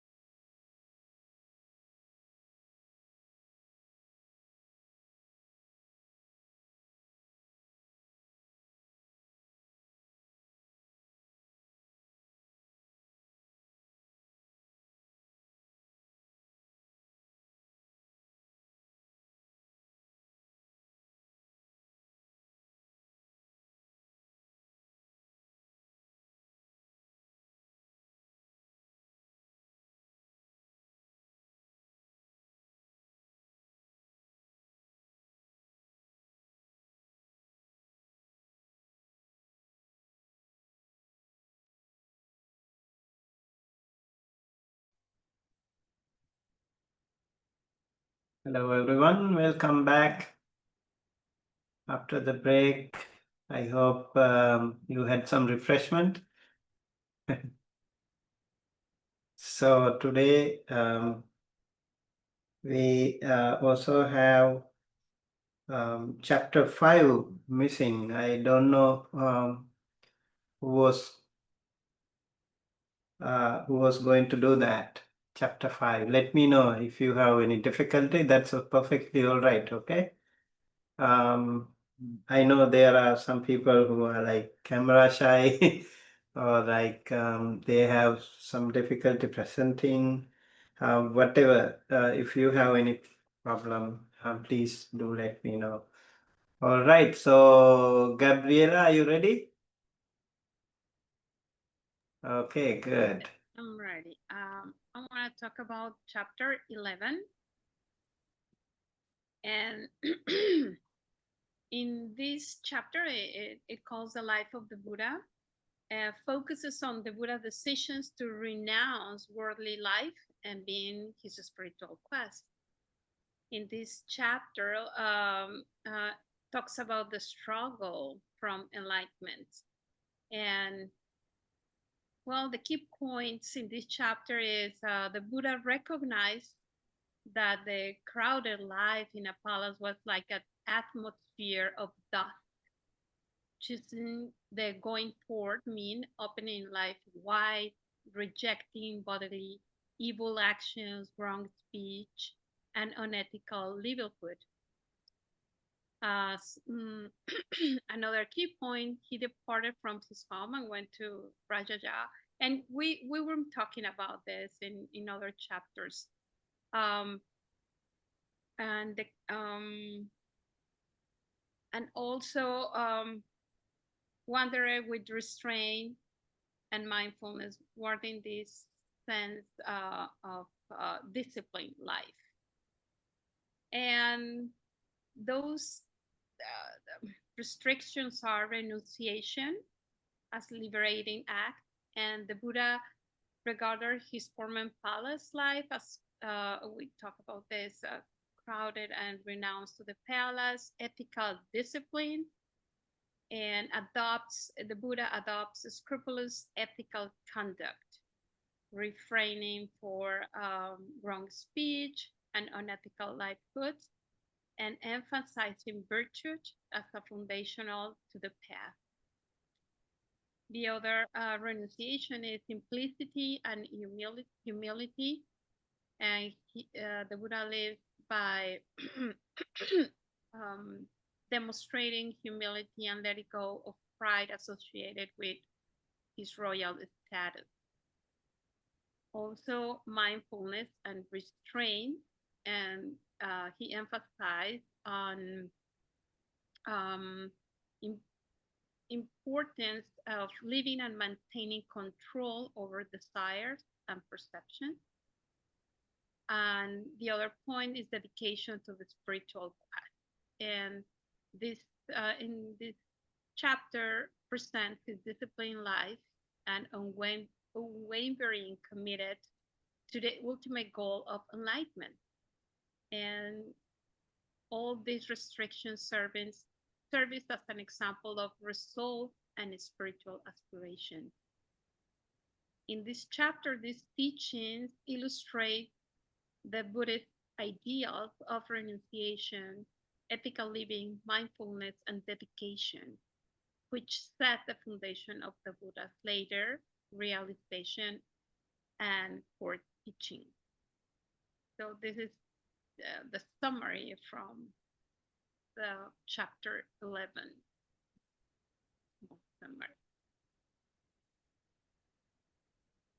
Are you also summarizing the other chapter? Yes. Okay, great. Wonderful. Thank you. Okay. So in the chapter 12,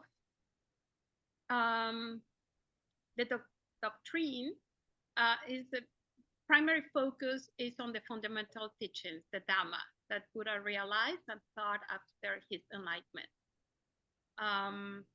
The author focuses on certain aspects of the Buddha's life in chapter 12 and also present the essential teachings that define the Buddha's enlightenment and the transformative effect of his doctrine.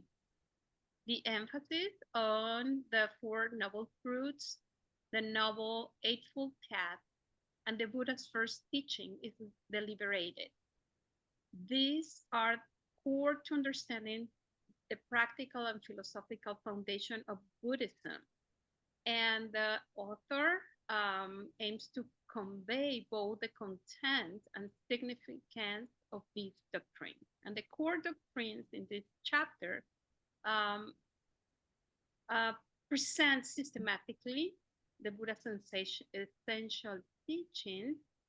As we know, the Four Noble Truths, the nature of suffering, the origin of suffering, the cessation of suffering, the path leading to cessation of suffering. The Noble Eightfold Path, as we saw in detail in our chapters, but it's how to have the right understanding, right intention, right speech, right action, right livelihood, right effort, right mindfulness, and right concentrations collectively comprise the practical path to liberation.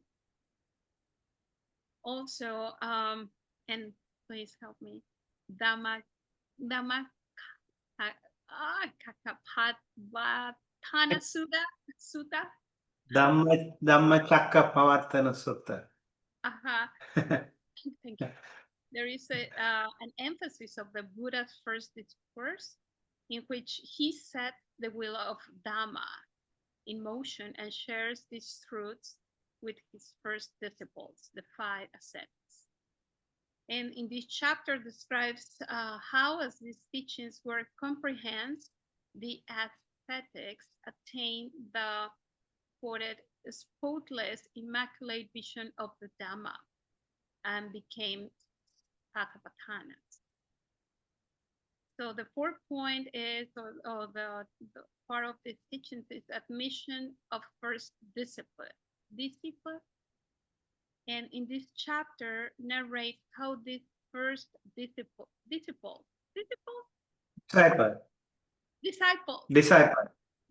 disciple, having gained deep understanding and request and receive full admission, ordination into the monastic community.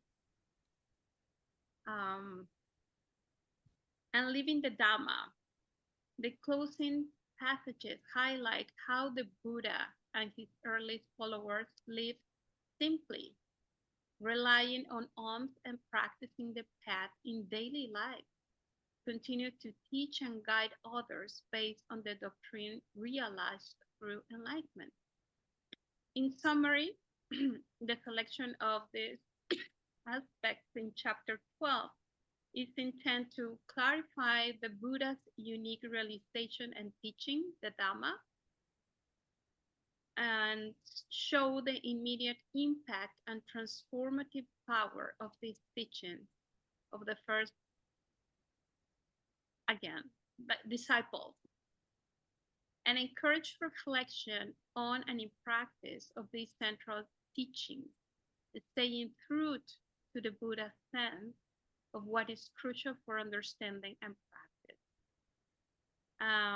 This chapter offers a concise but powerful expositions of the Buddha's foundational doctrine, illustrating both the intellectual content of the teachings and their transformative impact on the first Buddhist community.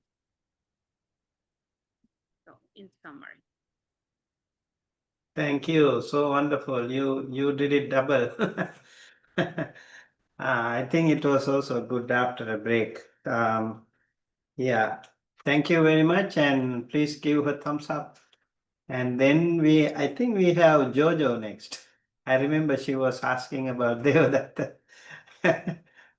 Yeah. Jojo, are you ready? Okay. As ready as I'll ever be.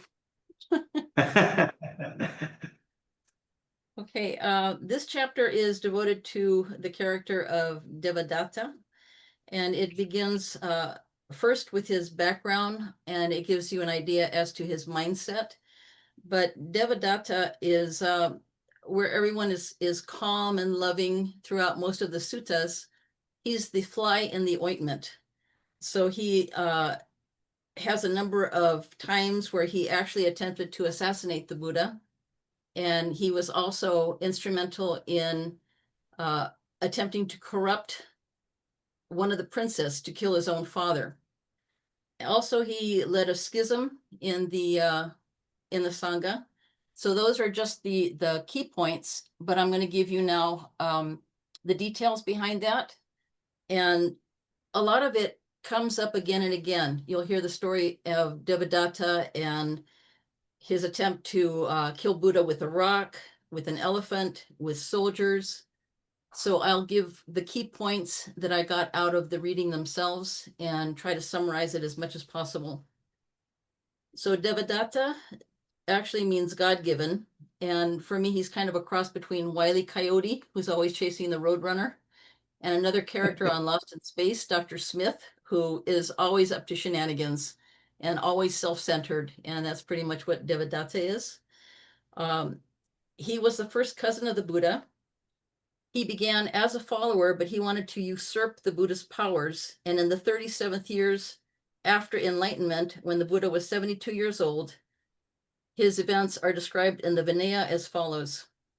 It began with Devadatta pondering, who is there whose confidence I can win over and thereby acquire much gain, honor, and renown? There is Prince Ajatasattu. He is young, with a glorious future. Suppose I win over his confidence. Much gain, honor, and renown will accrue to me if I do so. He set off to Ragajaha and found the prince, assumed the form of a youth with a girdle of snakes, and in that guise he appeared on Prince Ajatasattu's lap. Devadatta discarded the form of the youth and stood before the prince, wearing his patched outer cloak, bowl, and robes. The prince felt a confidence in that Devadatta, owing to his supernormal powers, because he had just appeared in a different form. So obviously he's got great powers. So he now felt that he should follow him. Owing to his supernormal powers, after that, he waited on him with 500 carriages, 500 offerings of milk and rice as gift of food. Devadatta became overwhelmed with gain, honor, and renown. Ambition obsessed his mind, and yes, and a wish arose in him: I will rule the Sangha of the bhikkhus. Simultaneously with the thought, the supernormal powers vanished. Buddha had been staying in Kosambi and now went to Rajagaha. He went to live in the Buddha Grove, the squirrel sanctuary. Hearing of the glory Ajatasattu was giving to Devadatta, Buddha said, as long as Prince Ajatasattu keeps giving Devadatta what he wants, the wholesome states will be expected to diminish and not increase. There arose an occasion where Buddha was speaking to a large gathering, including the king, and Devadatta spoke up. Lord, the Blessed One is now old, aged, burdened with years, advanced in life, and come to the last stage. Let the Blessed One now rest. Let him dwell in bliss in the present life. Let him hand over the Sangha of the bhikkhus to me. I will govern the Sangha of bhikkhus. Which is pretty audacious to say to the Buddha. On the third confrontation with Devadatta on the same matter, the Buddha gave him a public smackdown. I would not hand over the Sangha of bhikkhus even to Sariputra or Moggallana, to such a wastrel, which means good for nothing, and indignant, and began his first grudge against the Blessed One. Buddha addressed the Sangha and requested they renounce him. Formerly, Devadatta had one nature, now he has another.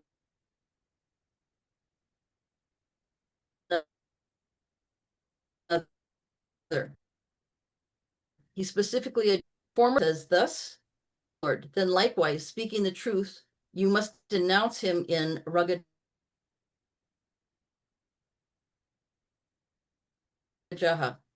The townspeople heard that had become favored, but the wise ones and the favorites said, "This can be no ordinary matter for the Blessed One to have had Devadatta denounced in Ragajaha."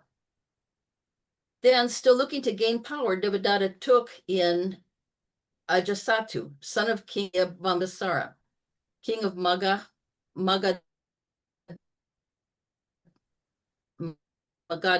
is that how you say it, Banti? Magadha? And Yes, told him, Magadha, kill your Magadha. father and kill your father. He told the prince, kill your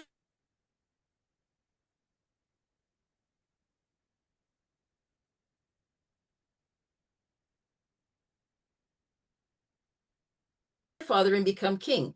And I is mighty and powerful. He should know, but disgust and punishment ensued.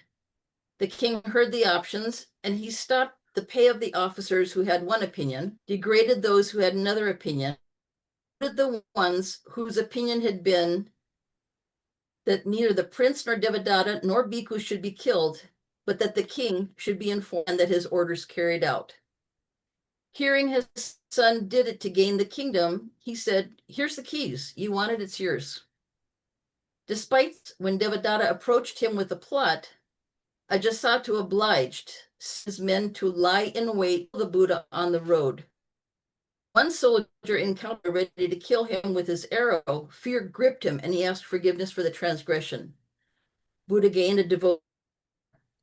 The same thing happened with the 4, the 8, and the 16 men who had been sent to kill him. They all became false. Hearing of the failed attempt himself, and at that time, the Blessed One was walking up and down the shade of Vulture Peak Rock. Then Devadatta climbed Vulture Peak Rock and hurled down a huge stone, thinking, "I shall take Gautama's life with this."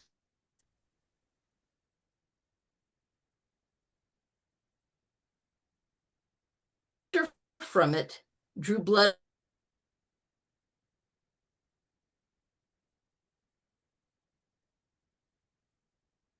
one's foot. Then he looked up and much demerit, murder, blood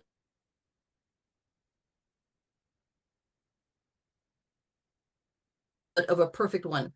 He suffered harsh, disagreeable, and unpleasant, but mindful and fully aware, he bore them without vexation, and spreading his cloak and patches, folded into 4, he lay down on his side in the lion's sleeping pose with one foot overlapping the other, mindful and fully aware.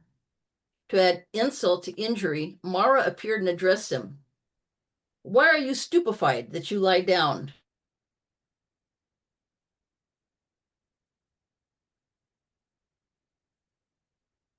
Intent on stone in your scheduled dwelling place. Buddha refuted each, and Mara responded. Then Mara understood. The Blessed One knows, and he left. That's like what Mark said. Occasionally, Mara would come up and Buddha would rebuke him. He would take off saying, "Knows me too well." When the bhikkhus heard what had happened to the Buddha, there was great clamoring and protective chanting around the Buddha's dwelling. But the Buddha said, "It is impossible, bhikkhus. It cannot happen that anyone can violence. When perfect ones attain, it is not violence on the go to your dwellings, bhikkhu. Perfect ones need no protecting," which I thought was significant. In another attempt by Devadatta, he got the mahouts to release an elephant named Nalagiri to trample the Buddha. But the elephant ended up wiping the dust off of Buddha's feet with his trunk and retreated birds for as long as the Blessed One was in sight. And he went back to his Buddha elephant stables. He was tamed. In another event, Devadatta created ism in the Sangha on 5 points: for forest dwellers, begging for alms food, rag wearers, tree root dwellers, and the issue of vegetarianism. So the one on vegetarianism I thought was very, very interesting. Buddha said that all of them were allowed, including the vegetarianism. And he said, I have allowed fish and meat that is pure in the aspects, when it is not seen, heard, or suspected to have been killed for one personally, because it comes up a lot in Buddhism. People say, can you eat meat or can you not eat meat? A vote was taken with a divide in the Sangha, Devadatta accusing Buddha of luxuries, but Devadatta dozed, and while he slept, Buddha addressed the Sangha. He likened Datta's teaching to the elephants who, without guidance on lotus eating, will take in mud with the plant. Bhikkhus, Devadatta is overcome and his mind is obsessed by the 8 evil things, for which he will inevitably go to the states of privation, to hell, for the duration of the age. What are the 8? They are gain, lack of gain, fame, lack of fame, honor, of honor, evil wishes, and evil friends. He will go to those states of privation, to hell, for the duration of age, because he is overcome and his mind is obsessed with those 8 things. Devadatta is overcome and his mind is obsessed with 3 evil things, for which he will inevitably go to the states of privation. What are the 3? They are evil wishes,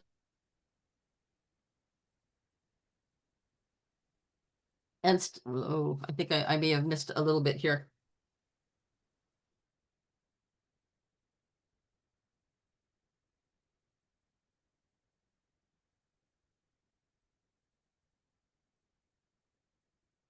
The 3 wishes are, but stopping halfway with the attainment of mere earthly distinction and supernormal powers. Eventually, Devadatta was swallowed up and he engulfed by the earth. According to commentary and not the canon, after King Bimbisara's abdication, his son Ajatasattu had his father imprisoned and later put to death. War followed in Kasiki involving Pensanadi, king of Kosala, and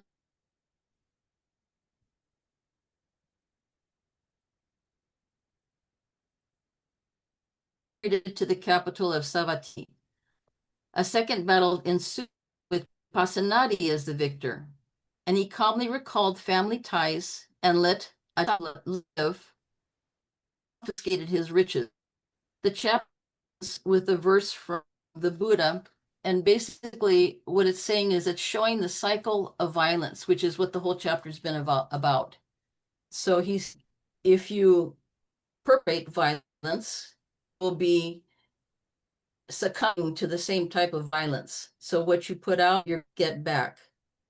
His final words were cycle and have wholesome intentions and aspirations and not fall into the type of behavior that Devadatta was demonstrating throughout the chapter. And that's much it. Thank you for your patience and listening. Thank you. Thank you so much, Jojo. I think there was breaking up of the voice. Maybe I don't know if that was from my side or maybe signal loss, whatever. Anyway, we will also see the text later. Hope you can also share it with us. And Aja, you also want to present, right? I'm sorry. There were people, yeah, it's okay to give the summary of the same passage, paragraph, chapter by 2 people. There could be 2 perspectives. Aja, would you like? Yeah, so instead of doing my original summary, I'm going to read from my notes in some of the interpretation that I had from the chapter, and kind of I was able to make some connections and better understanding the psychology of the Buddha. I think that this chapter highlighted the Buddhist character and how his personality basically arises from his lived experience, and his life was a living expression of the Dharma itself. I believe his presence spoke more powerfully than his words. You could see a lot of people talking around him and saying what they believe he was. But when it came time to him to speak about his identity, I think we were able to see his humility and have a better understanding of his compassion and ethics. So his personhood was basically the doctrine, and the doctrine is his personhood. So those two things are inseparable. His words weren't abstract. It was attuned to his living and the lives of his disciples, his followers. We see when we talk about virtue that it wasn't necessarily this rigid code, but it was something arising out of his mindfulness and his wisdom and intention. A couple passages that stuck out to me that kind of honed into that I made some connections with was in on page 197, where he had the conversation with Vakuli. I'm not sure if I'm pronouncing that correctly. Wakali. Vakuli. He says, "He who sees me sees the Dhamma, and he who sees the Dhamma sees me." So I think that speaks to that connection of he wasn't just preaching or presenting abstract doctrine. This was his life, this was who he was, and that was an example for us as far as letting go of some of our connections to our worldly identity. I guess it was on pages 187 to 188, when the Brahmin asks, "Sir, will you be a god? Will you be a heavenly angel? Will you be a spirit? Will you be a human being?" And to all those, he answered no. And he said that these identities have been abandoned by me, cut off at the root, just as a lotus is born in the water, it grows in water and stands above the water, untouched by it. So too I, who was born in the world and grew up in the world, have transcended the world, and I live untouched by the world. And then if we go towards the end of that chapter, when it describes the three types of acquisition of self, the gross, the mind constituted, and the formless, he teaches that the Dhamma for abandoning those acquisitions of identity, or acquisitions of self, in order for you to be able to put the teachings into practice. Getting rid of the defiling qualities may be abandoned and cleansing qualities increase. So the fullness of these understandings will help you reach that perfection, and it shouldn't be seen as something painful, but something that is will bring about gladness, happiness, tranquility, mindfulness, and awareness. So he does talk about the suffering and the cessation of suffering, but I think it moved beyond, like it was pulling all these pieces together. So if you see the preceding chapter and the subsequent chapter, how in the middle, I think that chapter 11 really was beneficial in terms of portraying the character of the Buddha and his personal qualities, and how they reinforce and embody his teachings. So that's my personal notes. Thank you. Thank you so much. Wonderful. I think we didn't want to miss Aja's point of view as a psychologist. Very wonderful. Thank you so much. And please give her a thumbs up. Also, don't worry if two people are, doing the same presentation. It will always be different, and we will only give the summary. So there will be a lot of perspectives that we can hear from. All right. So should we move on to? I think Tara already did chapter 14, and we'll move to chapter 15 now. That's me, Juan. Well, chapter 15 is about the last year. So, in the last year,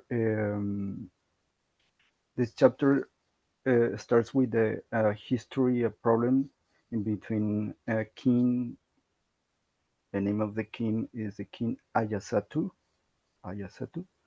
who was a powerful king in Magadha, and he wants to exterminate a confederated tribes. The name is Bayanas. I don't know what is the name. Bayanas, Bayin. It's the name of a group of tribes. Vaji. Yeah, Bajins, yeah. So the king Ayasatu sends his minister Basakara to visit Buddha to ask for counsel, but Buddha thought the king's motives are veiled. So Buddha, through Ananda, reveals that the Bhajans are people who are strenuous in their adherence to the principles, like holding frequently the well-attended meetings. Those principles are part of the 7 principles of non-decline. So this first part of the chapter is more focuses on these 7 principles. So the first part is focused on explaining how the Bayans are very adhering to that principles, and then Buddha is speaking to the bhikkhus and bhikkhunis about these principles. So it's interesting because they are there are like a different list of the 7 principles. So the first list that I found was more like for the Bayans, is they meet often and in a large numbers. Something that I don't understand very well why. They meet in harmony, rise in harmony, and carry out their duties in harmony. They don't make new laws or abolish old ones, but proceed according to ancient traditions. They honor and respect the elders. They do not abduct or mistreat women. They honor and uphold sacred shrines. They provide proper care and support for arahants and holy persons. And now the list, the the list of the principles for the bhikkhus. Meet regularly in harmony, follow communal rules, respect elders and teachers, do not fall under the self of desire, live in forest dwellings and not among the lay people, remain mindful and content, uphold and training rules. So that is the first point. The second point is about the permanence and passing, and he used the example of the Venerable Siriputa and the Venerable Mahamogayana. So I think it's important to understand who are they. So Siriputa, the first one, was the foremost wisdom among the Buddha's disciples, sorry. And the Venerable Mahamogayana was most like a physic powers. I think maybe I need to be more into that idea. So when when this is starting this idea, the Buddha is consoling words to Ananda upon the passing of Siraputa and Mahayana, or who, and Buddha say, who could be that what is born, come to being, formed, and bound to fall, should not fall? That is not possible. He assures Ananda that the Dhamma and discipline taught by me are your teacher after I'm gone.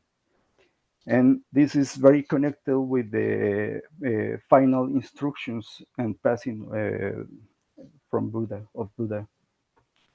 So he was like preparing everyone to that moment when he passed away. Okay, he is always pointing that, like, make yourself your island, yourself, and not other your refuge. Make your Dhamma your island, the Dhamma, and no other your refuge. In his final moment in Kishunara, under the twin sada trees, he said, mindful and fully aware. I'm sorry, my English is very bad here. So, relinquish the will to life. His last utterance was, all formations are impermanent, strive and diligent. Then we can check another point, is the mirror of the Dhamma. And the mirror of the Dhamma is interesting because it's how you can find the confidence on Buddha, the confidence in the Dhamma, in the Sangha. So he was focused on spread that idea and make the people who follow him could be sure that find how do you say that, the knowledge and his message in the action, in the same second sangha, in the Dharma, practicing the Dharma, so the discipline. And then the chapter finally say that the conversion of Subhanda, let me see, I make Subhanda. Subhanda was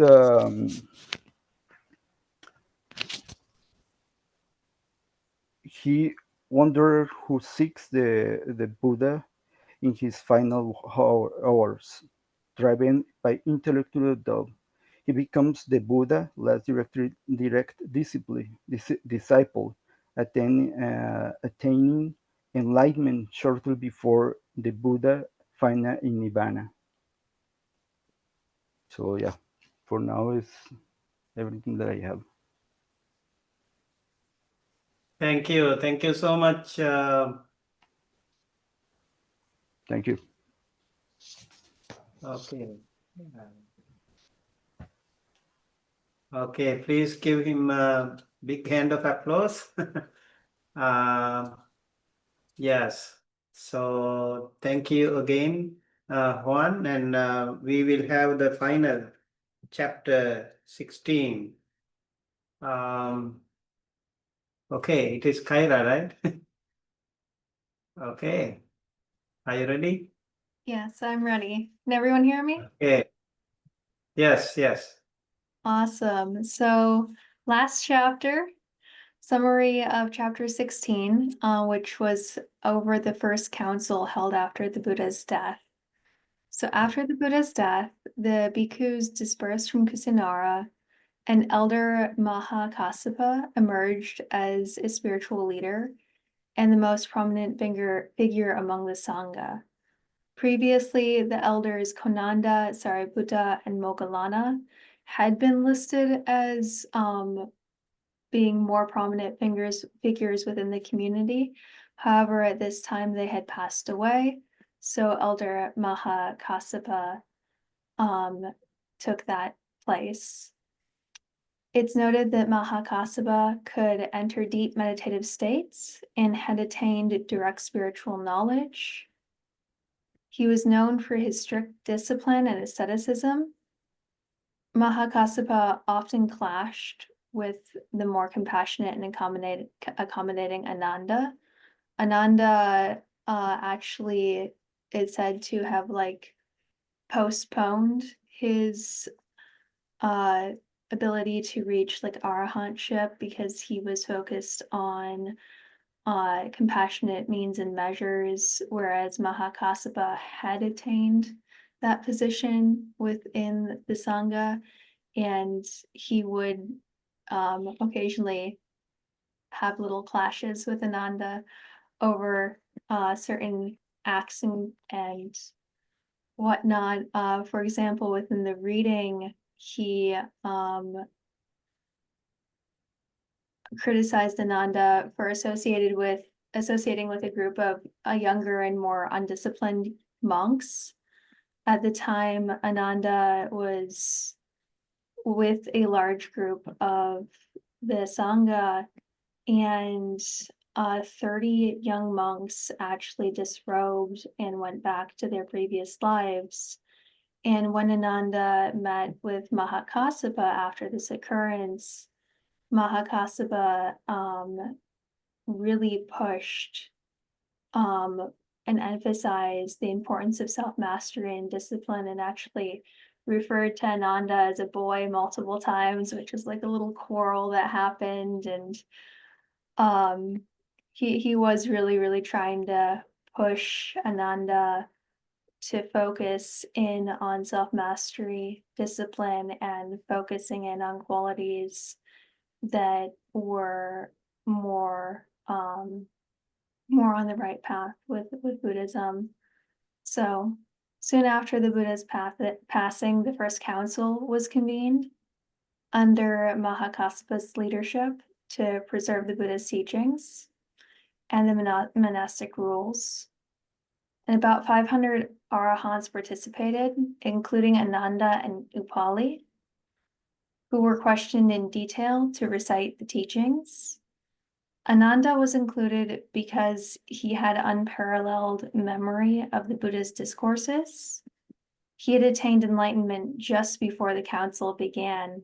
It was actually said that he'd been trying so hard to reach enlightenment, and he'd been focusing in on it night and day, and really trying. And it was actually when he let go of even the clinging to attain enlightenment, right before he fell asleep, that he actually achieved enlightenment, and he was able to attend the council the next day.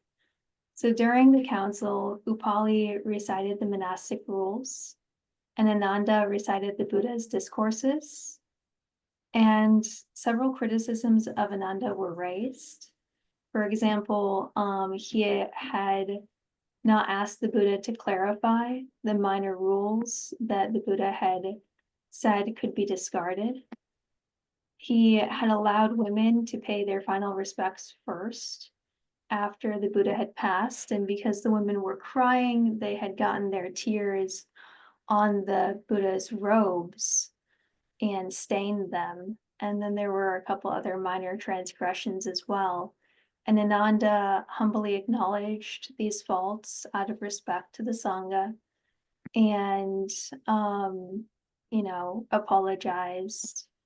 And then during the discussion on the minor rules that could be discarded, no consensus could be reached, and thus all of them were kept.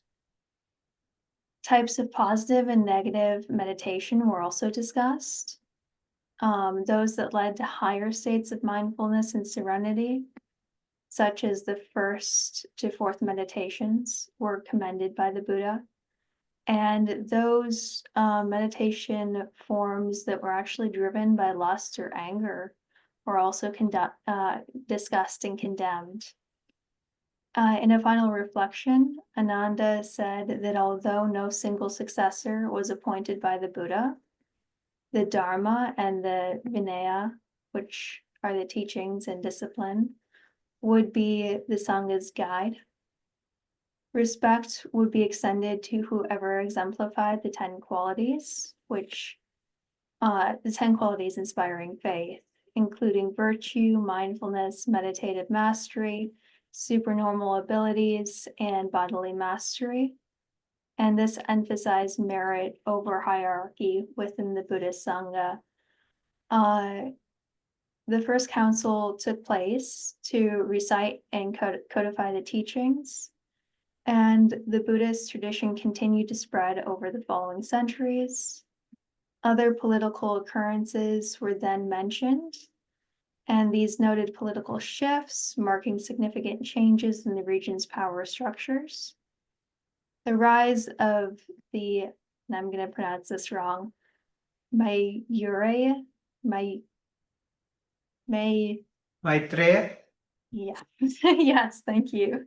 Empire eventually came about, led by Chandragupta and his grandson Asoka, who had embraced Buddhism. And then over time, different schools of Buddhism emerged, with the Theravada doctrine being the doctrine of the elders becoming prominent in Sri Lanka and Southeast Asia.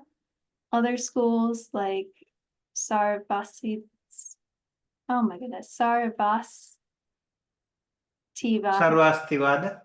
thank you, Sarvastivada spread across northern India, while the Mahayana school, which developed in India, eventually spread eastward and became influential in China and beyond.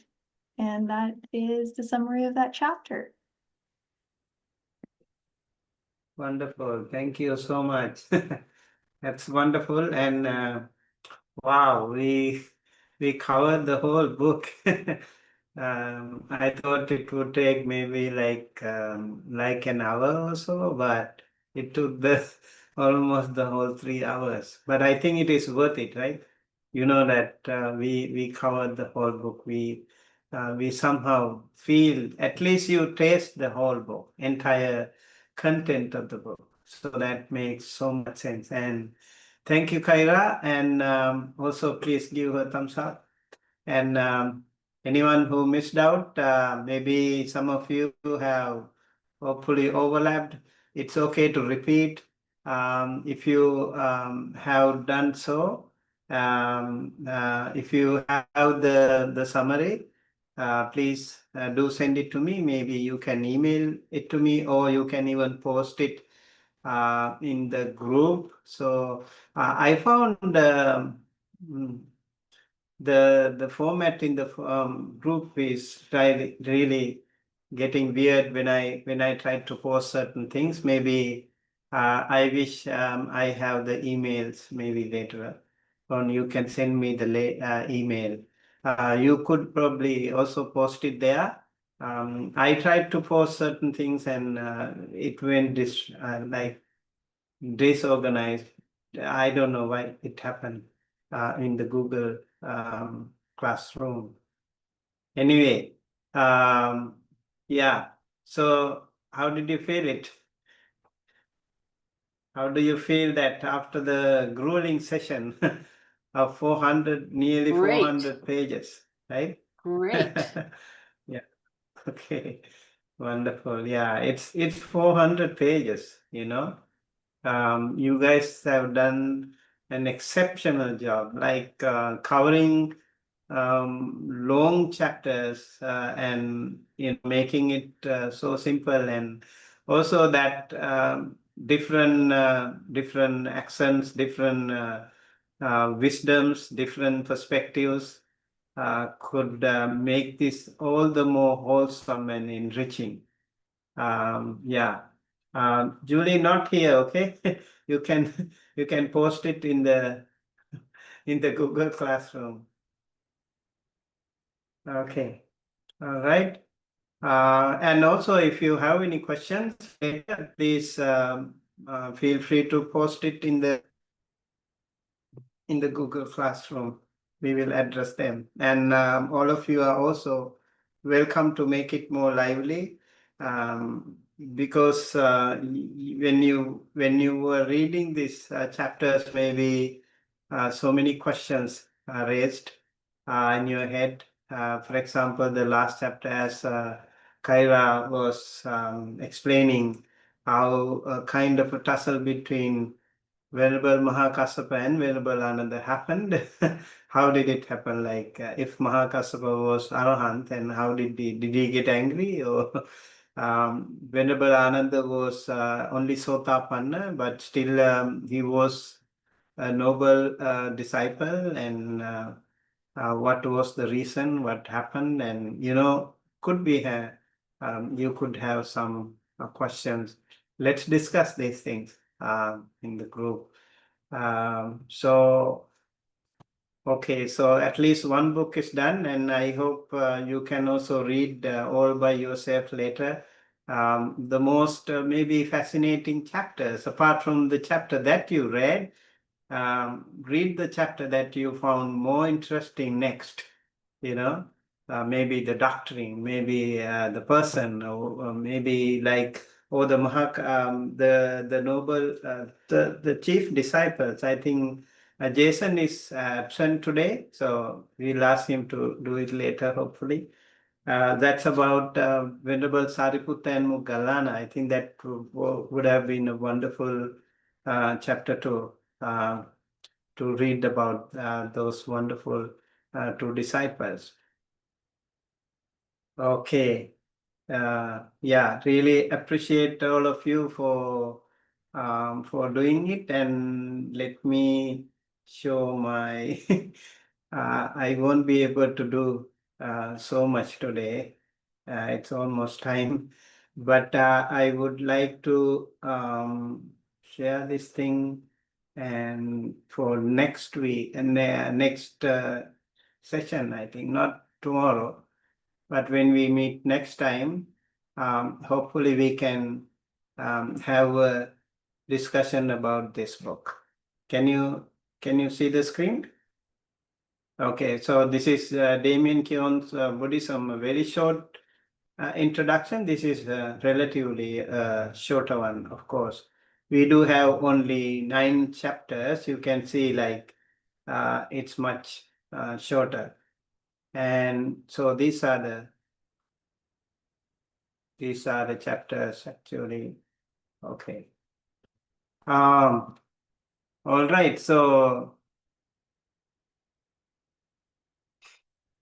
Buddhism and elephants, the Buddha, karma and rebirth, the Four Noble Truths, the Mahayana, Buddhism in Asia, meditation, ethics, Buddhism in the West.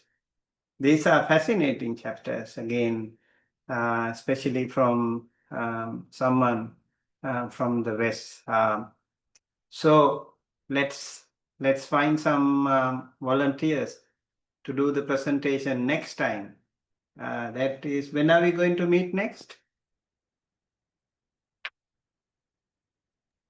Isn't it Should tomorrow? be... No, not tomorrow. I mean next time. Next week it will be Friday. Okay. That is in August. All right. August 8th would be the next class after tomorrow.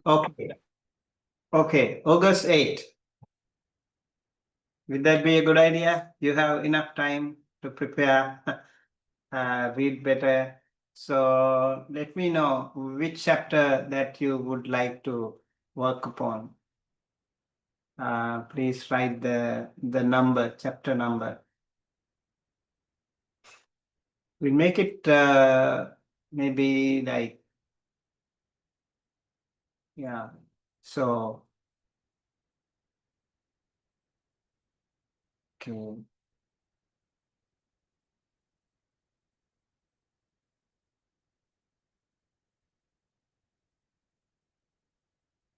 All right, who is doing chapter 1? I am Bhatti. Okay, chapter 2?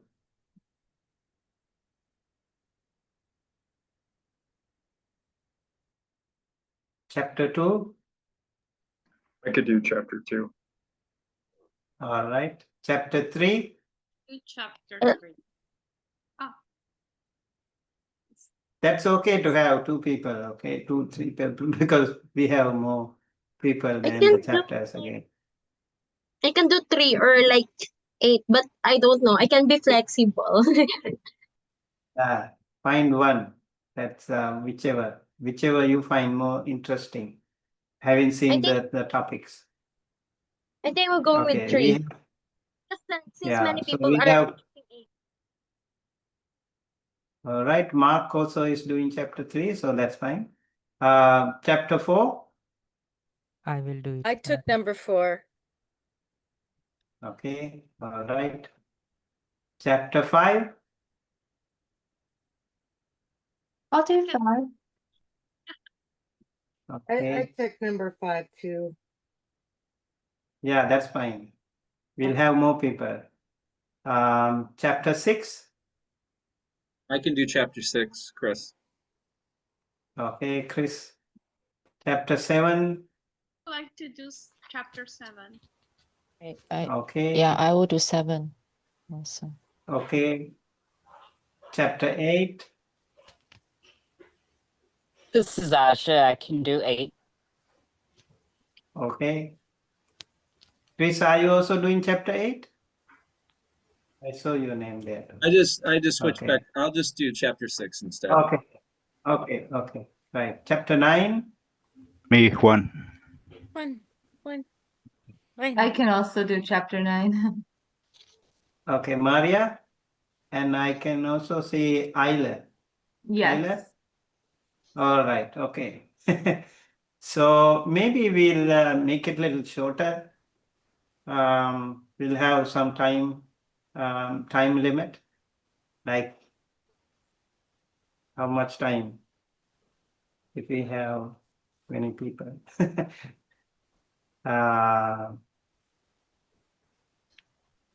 How about around 8 minutes? Around 8 to 10 minutes, okay? Not more than 10 minutes. We'll finish it in less than 10 minutes. 8 to 10 minutes, I think, would be ideal. Okay, please do whatever presentation that you find comfortable. You can come up with a PowerPoint or just a Word document. That's fine, but please make sure to share it with me, and later I'm going to actually merge them together to make one document, and I will share it in our website so that everyone can read. Okay. That's about this book. So hopefully by next time, your headache will be half done, because more than half, because we'll be covering up 2 books already. Right. So yeah, because of the time restraint, I don't think I have so much time to discuss about the cultural dispersion.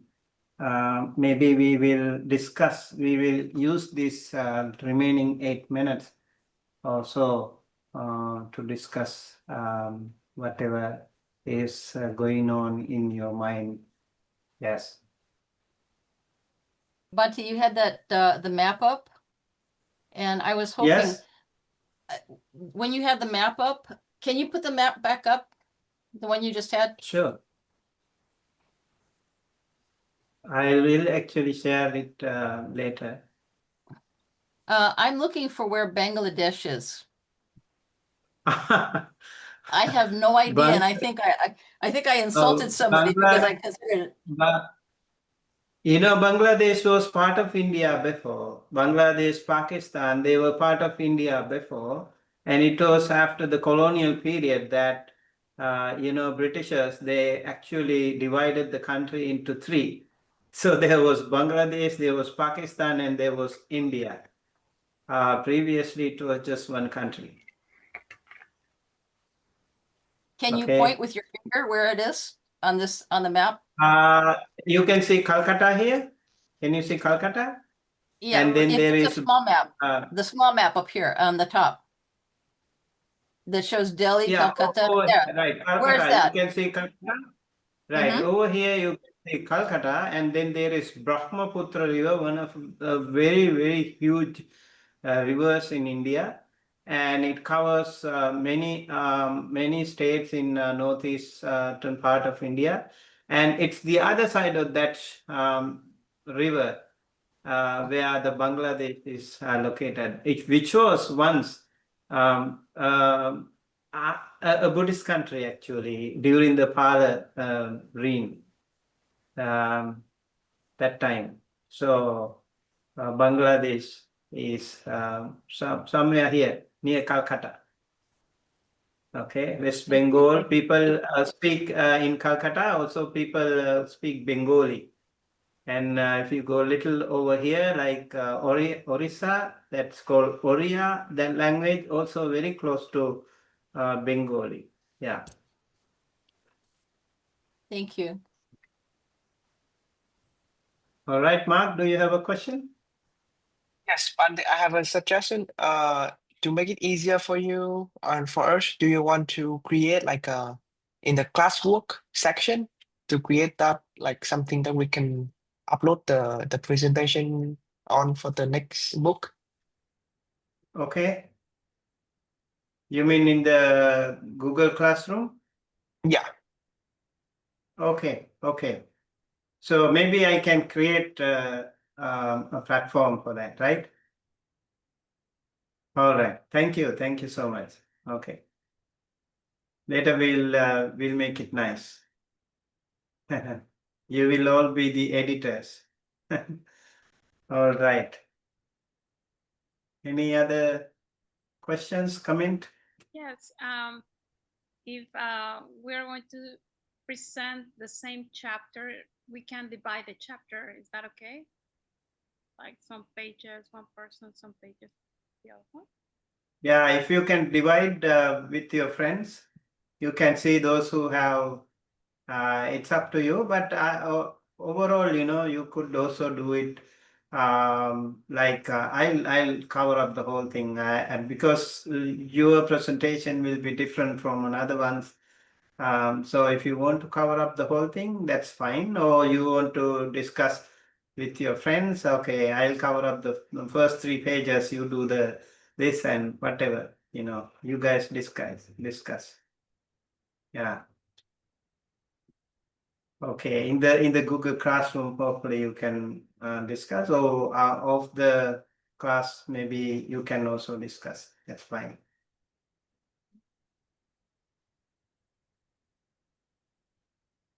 Any other? It's weird. Why I can't. What happened? Okay, so today we actually discuss the book Life of the Buddha. You see hundreds of sutta references, so many, and you see only parts of them, quotes of them. And during the first Buddhist Council, Venerable Upali was the one in charge of Vinaya, the code of conduct, which was supposedly the smallest book list, Vinaya Pitaka.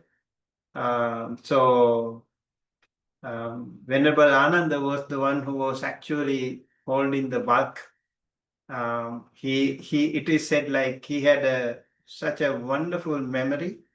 So whenever he heard something from the Buddha, it could go to his memory right away. He had a super memory. it is said he was Dhamma Bhandagarika. He is the treasure trove of Dhamma. And that's why he was so important in the first Buddhist council. When there were Venerable Mahakassapa and the other Arahanta monks decided to have the first Buddhist council, they decided to have summon experienced, enlightened 500 enlightened monks who have already direct access to the Buddha. They have already seen the Buddha, met the Buddha, discussed with him, so they had original touch with the Buddha. And so they selected 499 Arahanta monks. There was one spot left. For whom? That was for Ananda. Why? Because Ananda was yet to attain enlightenment. He was just a Sotapanna stream enterer. And that's why Venerable Mahakassapa was actually, nagging him, pushing him to, attain arahanthood. Venerable Ananda was so much occupied taking care of the Buddha. He circumambulated the the Buddha kuti even in the middle of the night with a lamp on his hand. And it is said he was so much kind of very compassionate, very devoted to the Buddha, and so he could not actually work on his enlightenment, although he was a Sotapanna. And so Venerable Ananda had to had to cut off those defilements, those barriers, those hindrances, and eventually, just before the council, 3 months after the Buddha's passing away, he was working day and night. He already learned a lot of Dhamma. He gave Dhamma talks to many people too, but he himself could not attain enlightenment before. And so somehow, after the passing away of the Buddha, his heavy workload was, substantially cut off. So he was able to work on his own spiritual accomplishment, and then he achieved enlightenment just before the council, and that's why he became he was the one who was taking care of Digha Nikaya. Out of the 20,000 suttas, long suttas, 32 long suttas are there in Digha Nikaya. He was taking care of them. Venerable Sariputta already passed away, so his disciples were there, and they were taking care of the Majjhima Nikaya, middle length sayings, the Bhikkhu Bodhi's book you can see, and 151, 52 suttas are there. Then Sangyutta Nikaya was taken care of by Venerable Mahakassapa, who was the president of that council. And he and his disciples were taking care of 7,000 plus small suttas in Sangyutta Nikaya. Some of them are actually a little longer though. 9,000 something suttas are there, again smaller ones in Anguttara Nikaya. Numerical discourses. The Venerable Anuruddha, the one who was foremost among the divine eyes, he was also there at that time, and he and his disciples were taking care of them. So they were like learning them by heart.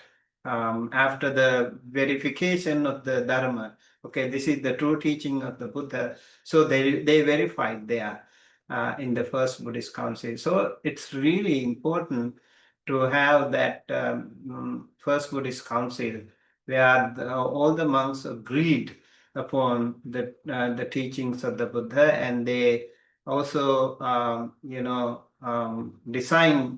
so already designated some monks as the one who take care of the Dharma. So this long heritage of learning the Dharma by heart started from there, and those days they didn't have a writing system until the first century BC, where it was written in Sri Lanka first time in the Ola leaves. Before that, it was all by heart, learned by heart. The monks were learning the Dharma by heart. That was how it happened. Okay, so we'll see you tomorrow with another session. And thank you again very much. I appreciate everyone. Please say one word and to conclude the session.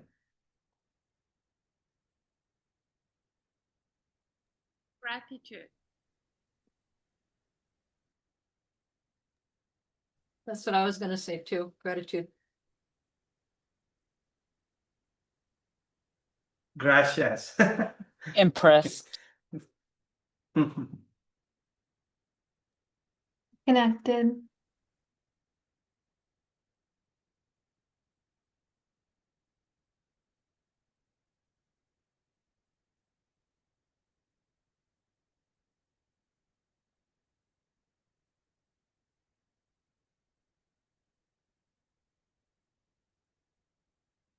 Thank you everyone for making this class very connected, very vibrant, and yeah, excellent. I appreciate you all for being there, working together, and hopefully we can make tomorrow. And please email me the summary that we will make a book again.